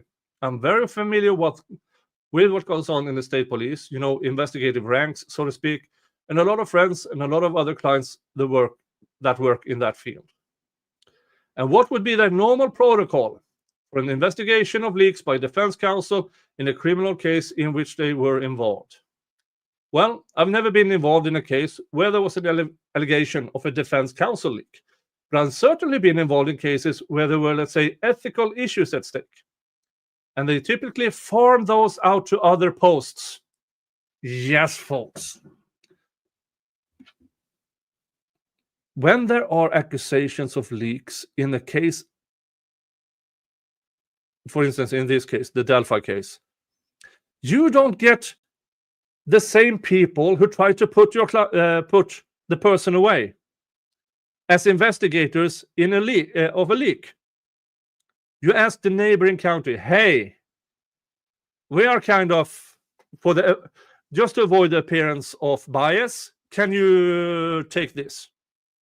But no, not in Delphi, because Judge Gull and Prosecutor McClelland want to hold this as close to their chest as possible, because if anybody else investigated leaks, they would have found out that the entirety of the DA's office, Delphi Police Department, and Judge Gull should be encased in adult diapers, because there's constant leakage.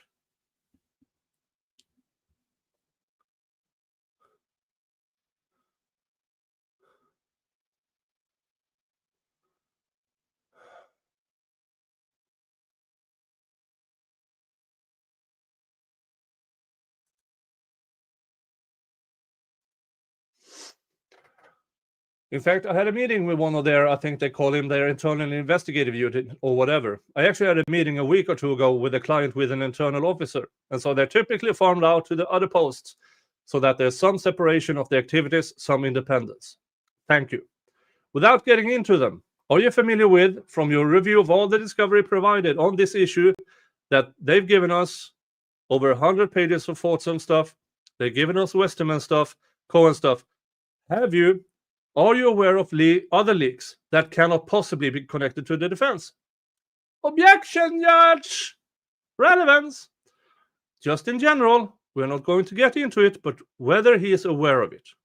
The court, I think you made your point, Mr. Hennessy. I'll sustain the objection. Question. Or did you, both you and Andy, it's in evidence, you wrote a letter to Judge Gull. The state introduced that into evidence. Okay, you recall that? Regarding the Westerman situation? I can't remember. Yeah, I know. I wrote a letter to her in the fall. I'm not sure. I might have written more than once. So, are you positive that you and Andy cooperated fully with candor and honesty to all inquiries by the court regarding anything at issue here? Yes. I sat down with Officer Rector and signed an advisement of rights and answered every question that he asked me immediately after we heard of all of this. That wasn't a question. The question was with the court. Any questions asked by the court, did you respond? It's Rule 3.3 of the Indiana Rules of Professional Conduct. Respond. Candor versus the tribunal. It only applies to when the court asks questions. Did you and Andy respond with full candor, honesty, cooperation to any questions from the court about anything at issue here? Yes, sir. That's all I have. McClelland. Cross-examination. Mr. Rossi, I think you said this, but I want to make sure I'm clear. I want to start back in the beginning with the press release. You can see that there was an in-chambers meeting before you and Mr. Baldwin made the press release where you told the court, Judge, there's no reason to issue a gag order. We are not trying this case in public or something to that effect. I think it was not that. There was a discussion in chambers, generally speaking, which I frankly think you prompted about trying this case in the public. I do acknowledge that. And in that meeting, you said, Judge, there's no need. We don't consent to the gag order, but there's no need for that gag order. Do you recall that? I think that's a fair summary of the conversation we had. And then after that is when do you agree with that? After that is when the press release was put out by you and Mr. Baldwin. Yes, sir. It was still before the order was in the works. So,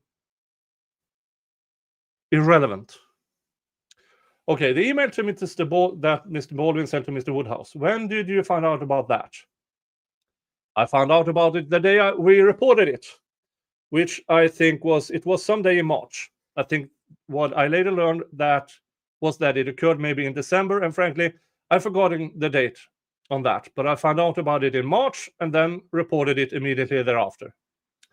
And do you know, was the email sent before or after the gag order was put in place by this court? I don't, Mr. McLeland, I really don't know. I'd have to look at the dates. And do you agree that, perhaps not all, but some of the photos that were leaked by Mr. Westerman are photos that the defense created from discovery provided by the state? Well, I don't know exactly what Mr. Westerman did. You know, I wouldn't know Mr. Westerman if he was sitting in this chair next to me, okay? So I don't know what he did. So the answer is, the answer is no, I don't know. Okay, the photos that you saw today and the state's exhibit, some of those were created by defense, specifically the side-by-side photos. Those look familiar to me from the deposition of Mr. Holman from early August. They do look familiar. I mean, of course, they're kind of screenshots of screenshots, so it's kind of hard for me to sit here and say that's exactly the document that we prepared. I'm not trying to get overly technical, but, you know, they might have been reproduced. Okay, so I guess your answer is you don't know? I'm not really positive. Okay, you know, I don't know. Okay, I don't have any other questions. Judge. The court, Mr. Hennessy, can I have a minute? The court, sure. Mr. Hennessy, no redirect. All right, thank you, Mr. Rossi. You may step down. Thank you. You may call your next witness. I have no other evidence on behalf of Mr. Baldwin and Mr. Russell. Mr. Rossi. Any rebuttal? I'm sorry, Judge. Any rebuttal evidence? No, Your Honor. Thank you. Any argument you'd like to make, Mr. McLeland? Judge, I just like to briefly, I try to keep it short. Sure, go ahead. McLeland, I understand we're taking a lot of the day, but Judge, this is a unique situation. I can honestly say I've never been in a situation where we've had to handle this kind of issue. Of course not, because you are the bad guy and you have been desperately trying to avoid your misconduct being put on the record. From the state's perspective, this started in our first in-chambers meeting back in November of 2022. My recollection of that is that we had an in-chambers meeting and I had the gag motion in hand. Of course you did. And defense said, there's no need for that. We're not about to try this in the public. And then just a few short days later, the press release is issued. The court issued the gag order in response of that press release. So it's moot.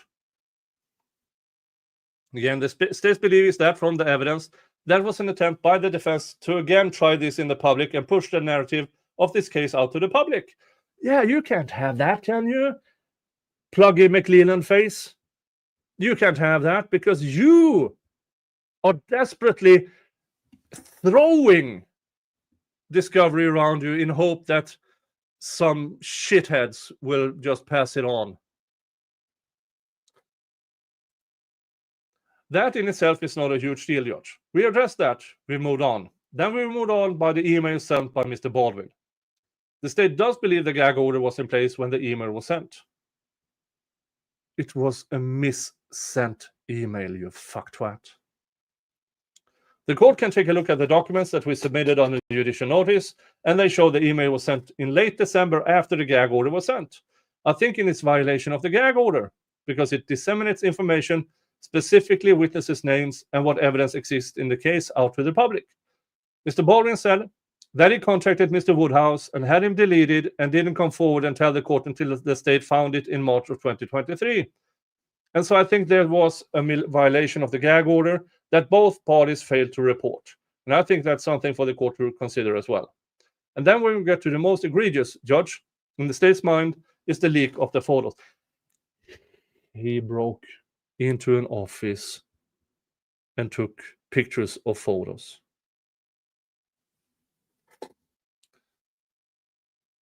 There are several emails I submitted to the court where the defense is, the leak's not from us. We had oral people sign NDAs. We think it's from law enforcement.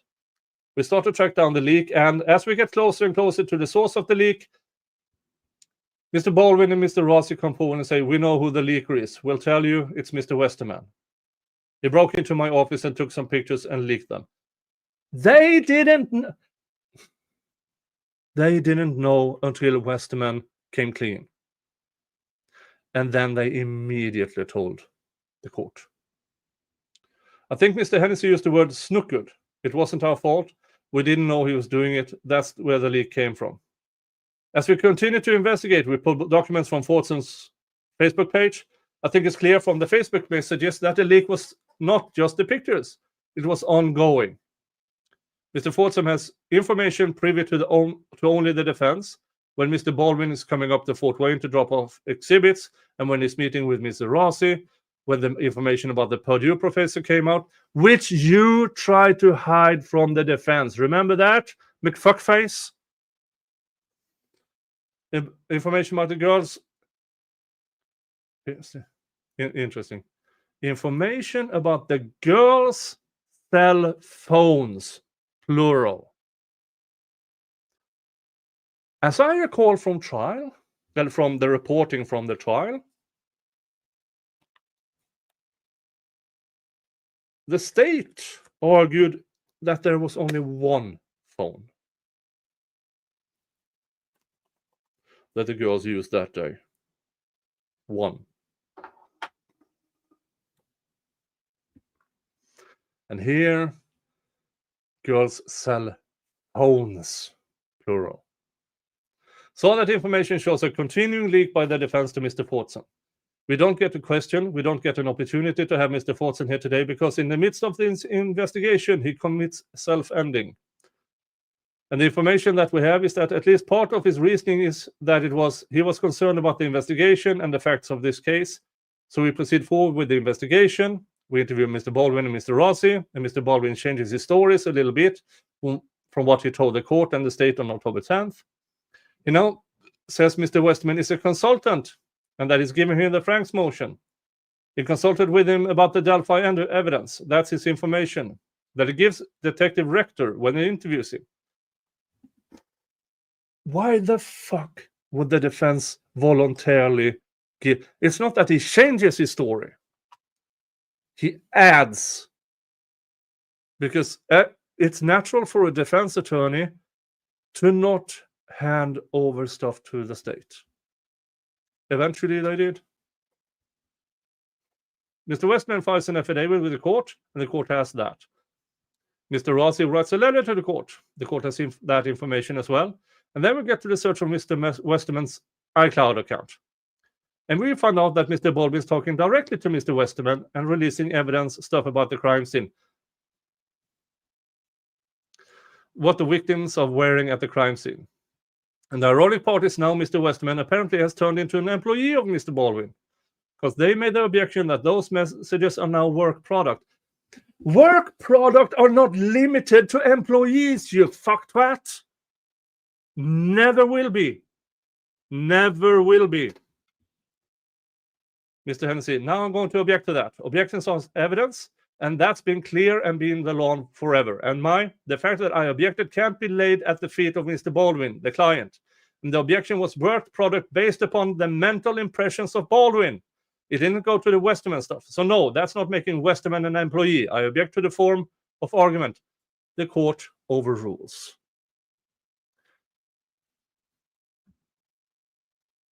Of course she does. Ms. McClellan. So what Judge Gull is doing here is using an objection and allowing the prosecution to draw conclusion that is not in evidence based on objection. And again, here as in trials,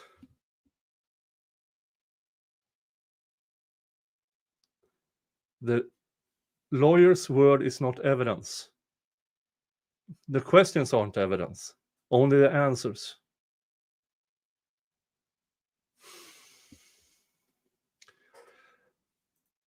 And so it seems that Mr. Baldwin was entirely honest with the court on October 10th phone call. And it seems, as we gather more information and we dig deeper into the investigation, again, we show an ongoing leak where the evidence only could have come from the defense. And it shows an ongoing leak. No, it does not, you twat.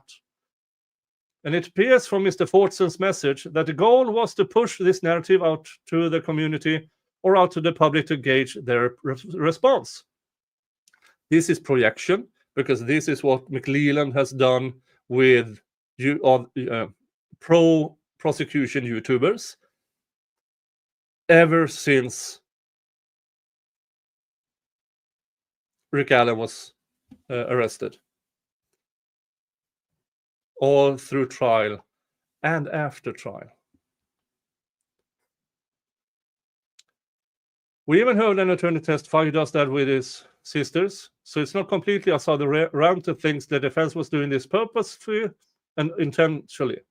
And so, Judge, given all those things, we believe the information, that the state has proven the information outlined, and the contemptuous information has been proven. It's not up to the state to recommend sanctions, in my opinion. That's left to the court.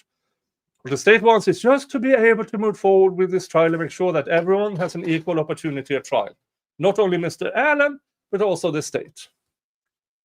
No. The prosecution has an obligation to conduct a fair trial. The defendant has a right to a fair trial. The prosecution do not have rights because it's the state. The state cannot give itself rights.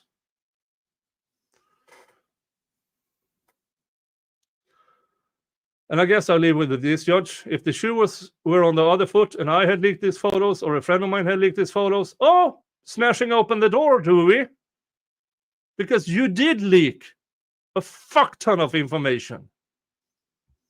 I will guarantee that the defense will be screaming from the mountaintops. They are trying, but your skull is stopping them, and you are objecting to it. Not only to have me removed from the case, but disbarred. I wouldn't mind you disbarred, McLeland, because you're a disgrace of the profession. Look at how much they attacked me personally already in all their filings. And justifiably they do, because you're a lice in human form, McLeland. And so I think it would be a totally different story if this was a leak from the state. The defense wants you to believe that, it's not a big deal, it wasn't our fault, it doesn't matter. It doesn't matter, Judge. It does. No, they are trying to compare what you claim are the defense leaks with everything you have done. And Holman did. And employees of Judge Gull has done. These are intimate photos of crime scene that are leaked to the internet. Those were out long before Mr. Allen was charged. And we still don't know if we have them all. We never will. And so the families have to risk every day when they are, the family get on the internet, risk of opening a page or getting an email from somebody or getting a communication from somebody that has these photos attached. And that's the real damage, Judge. It opened the public, the potential jury pool, and everybody in the community up to evidence that's only presented at trial. And so for those, given those reasons, I think the state has proven the information in the contemptuous information has been presented to the court. Thank you. Mr. Hennessy.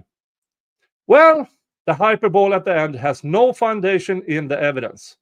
Quote, we don't know if they're still out there. We don't know if we have them. The family has to live in fear. Yet, Mr. Holman, Sergeant Holman, when I'm asking him, there are people reporting that other people have the photographs. But he didn't go investigate them. He didn't try to get them. So if they're still out there, it's because they didn't do their job to go get them after a leak that cannot be willful on the part of Mr. Baldwin. And Mr. Ross is not even involved in it. The press release. There's a case that says contempt isn't used to correct if you offend the sensibilities of the prosecution or the court. I get what they said. In their mind, the press release had a legitimate purpose of not trying the case in public. The state did the same thing, only much longer and much more detailed. They did get tips, and it helped the defense of Mr. Allen. It did not persuade the public because this case has been on fire from day one. And you've had two camps and they fight each other. They got in a fight out here, and they go back and forth. They speculate, they get leaks, they make leaks. So no, that did not influence the public. The email to Woodhouse, and I apologize if there's a Mr. Woodson anywhere from continuing to butcher his name. How does that violate the gag order? The gag order said public dissemination. It's an accident. It happens to everybody. And you had 3 extremely experienced lawyers testified that they did exactly what Mr. Baldwin did. The evidence is, and is in Sergeant Holman's report, that within an hour, as soon as he discovered it, he contacted Woodson, told him to delete it. It would never cross my mind to report that to anybody because I would consider it cured. So 1, it wasn't to the public, it wasn't to the media, it wasn't public dissemination, it was a mistake, an accident. With regard to the photos, they kept trying to connect Fortson to Mr. Baldwin. There is no evidence.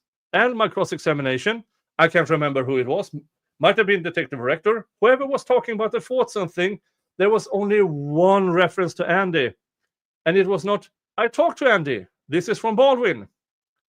You do have Andy and the rest of the evidence without Westerman from his 2-hour interview and other communications to the police and prosecutor and court is that Westerman has a law degree, but is not a lawyer. He is considered by Mr. Baldwin and other lawyers to be a highly skilled strategist. Many people consult him for trial preparation. It was conceded, I think, and Mr. Rossi testified that that was a function that was permitted by the gag order. Mr. Fortson is only connected to Westerman, and they should have produced Westerman, and Fortson clearly had other sources, so there's no direct connection from Fortson to the defense. So their whole theory of a continuing leak to the public is not founded.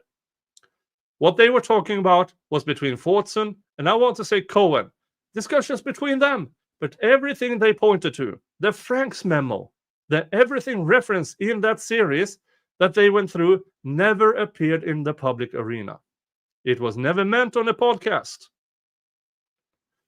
That was only some of the photographs that Mr. Westerman took, and again, how can that be willful? If you take something from me, you got to know something about it for it to be willful. And there's no connection to that. There just isn't. I won't repeat the law on the burden. I would ask that you look at my memorandum that I filed in advance of today. Trial courts don't have jurisdiction to enforce the rules of professional conduct. To the extent any of this should receive review upon a complaint to the disciplinary commission, that's a separate issue because this is a criminal contempt proceeding. The court doesn't have. Trial courts don't have the jurisdiction to do that. And then lastly, I was going to ask, now that the evidence is all in, if I could do a subsequent memorandum since you granted specific findings of fact and conclusions of law. I thought perhaps we'd have the time before you render the decision. So if there is time and you're going to take some time, I would like to do a post-hearing memo. Thank you. Any final thoughts, Mr. McLeod? No, Your Honor, thank you. So how much time do you want for a post-hearing memorandum? I could probably get it done in a week. The court, and then will the state ask for time to respond to that? McLeod, yes. Just because I'm not sure what he's going to put in there, so I better have time to look at it. If I could have a week after that to respond, Judge, that would be sufficient. The court, so I'll give you, Mr. Hennessy, until March 25th to file a brief. The state will then have until April 1st, of course, because it's a fucking joke. And then the court would take its 30 days to rule, so that puts the week prior to trial. If there's anything else from the state on the contempt information, no, Your Honor, thank you. Anything else from the defense? No, ma'am. All right. It's just a little bit over 3 o'clock p.m. I would still like to do the motion to dismiss that was filed by the defense. Why don't we take a quick break? We've been sitting here for a couple of hours. And that concludes the proceedings at hearing on motion for contempt.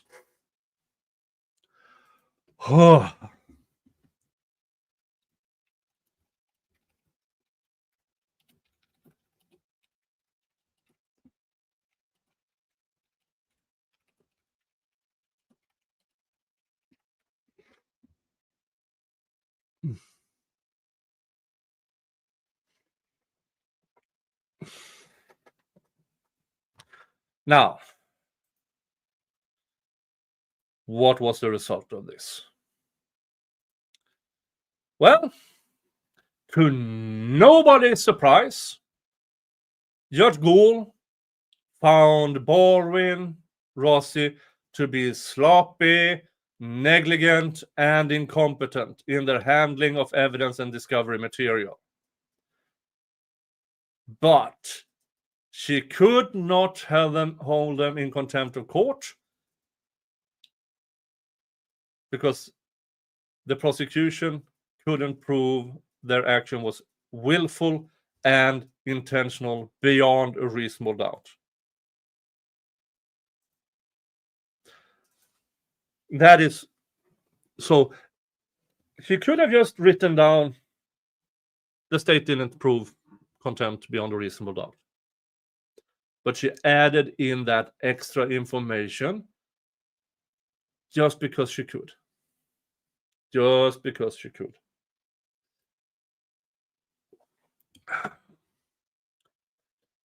Let's see here.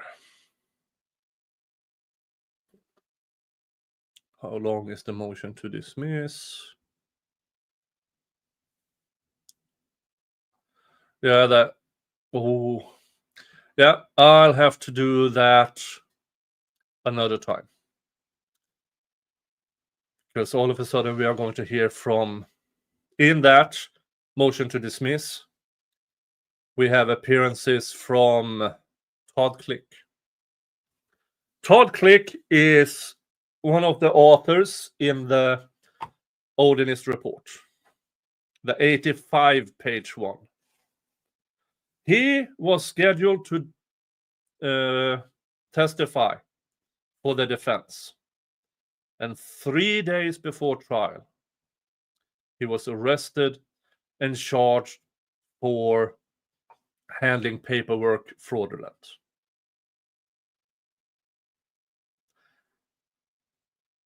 That trial is still haven't happened.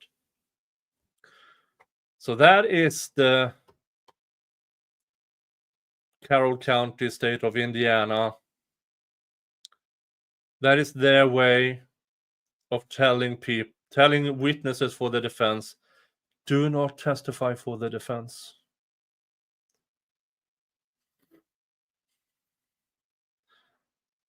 So, of the 3 people who did the Odinist report, Todd Click is awaiting trial. Oh,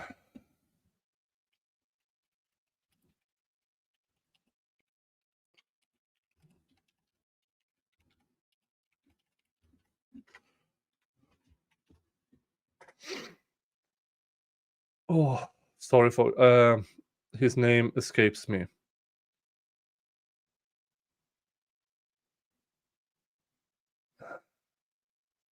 Yeah, of the 3 people, 1 charged with bogus crimes, 1 was murdered by a former corrections officer who allegedly was an Odinist. That person was deemed incompetent and has also still no trial. Yes, Greg Ferenczi. Thank you. Thank you, Rambo Bambo. Greg Ferenczi. Murdered. So, 1 murdered, 1 awaiting trial for bogus charges, and the 3rd, I believe, has more or less gone into hiding. That is what Carroll County investigators, prosecution, that is what they are prepared to do for us to not talk about it.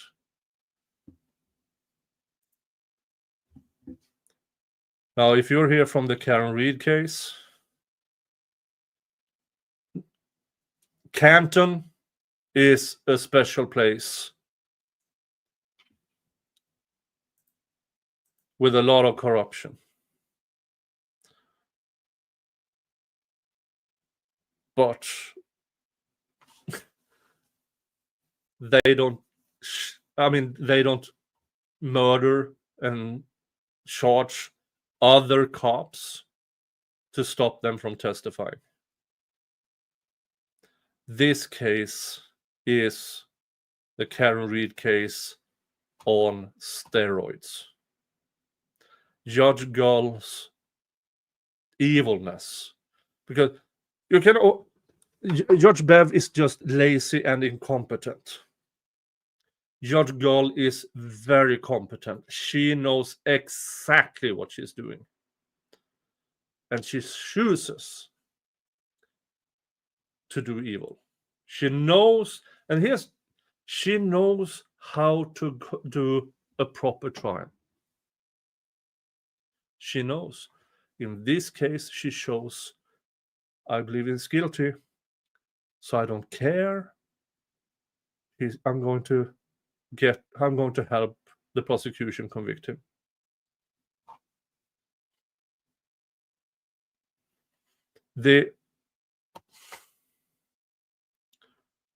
And they are cowards. Everybody involved on the state side here is immensely cowardice. I went to Delphi, Indiana in August of last year. Me and Mo in the deep end, you've seen her on my channel on occasion. We walked the trail up to the high Monon Bridge, up to the bridge. Then Mo went home. I stayed in Delphi the rest of the day.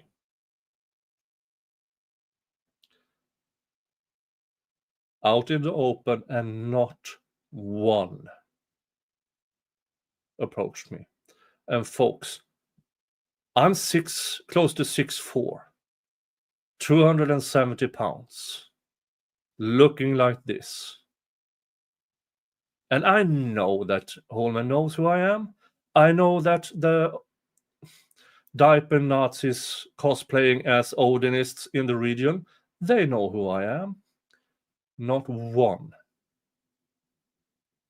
approached me. Not one. No, I did not get a tat from Odin's Den, but I did walk past it a few times. Not one had the balls to approach me. This old, fat, crippled Scandinavian actual Viking.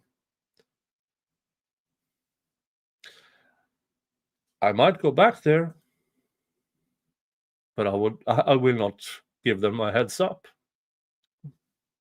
One of these days, I might just show up,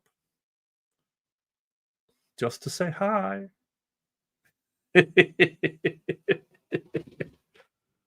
Yeah, so those diaper Nazis can sit in their cellars and do the circle jerk on each other and, oh, we're so tough. No, you might be dangerous, but you're cowards. You killed 2 minor girls. Adult men, even crippled, you hide. All right. Thank you, folks. Thank you for this tour. Next time we are going into the motion to dismiss with Todd Click. Let's see who else is there.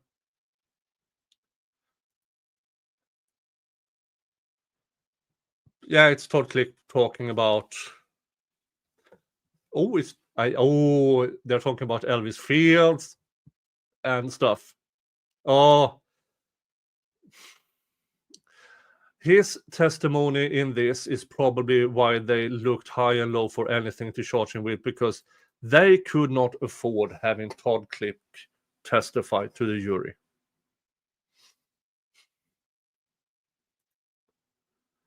How does Gull not get assassination attempts? He sacrifices enough baby lambs to Satan, I guess. All right, folks. I will see you in the next stream or video. And remember, folks, hug your family. Unless they are shit, then screw them and give your love to the people who deserve it. And I'm going to send you off with a free Rick Allen song. Have a good one. Bye-bye.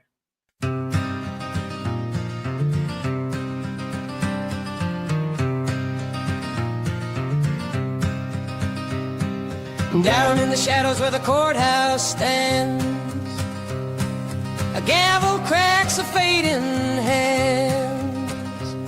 Judge Gould, they whisper with a crooked grin, played the game where justice don't win. Free Rick Allen, let him go. Chains on the innocent, don't you know? When the truth's been buried and the lies unfold, the fire in the people burns hot and cold.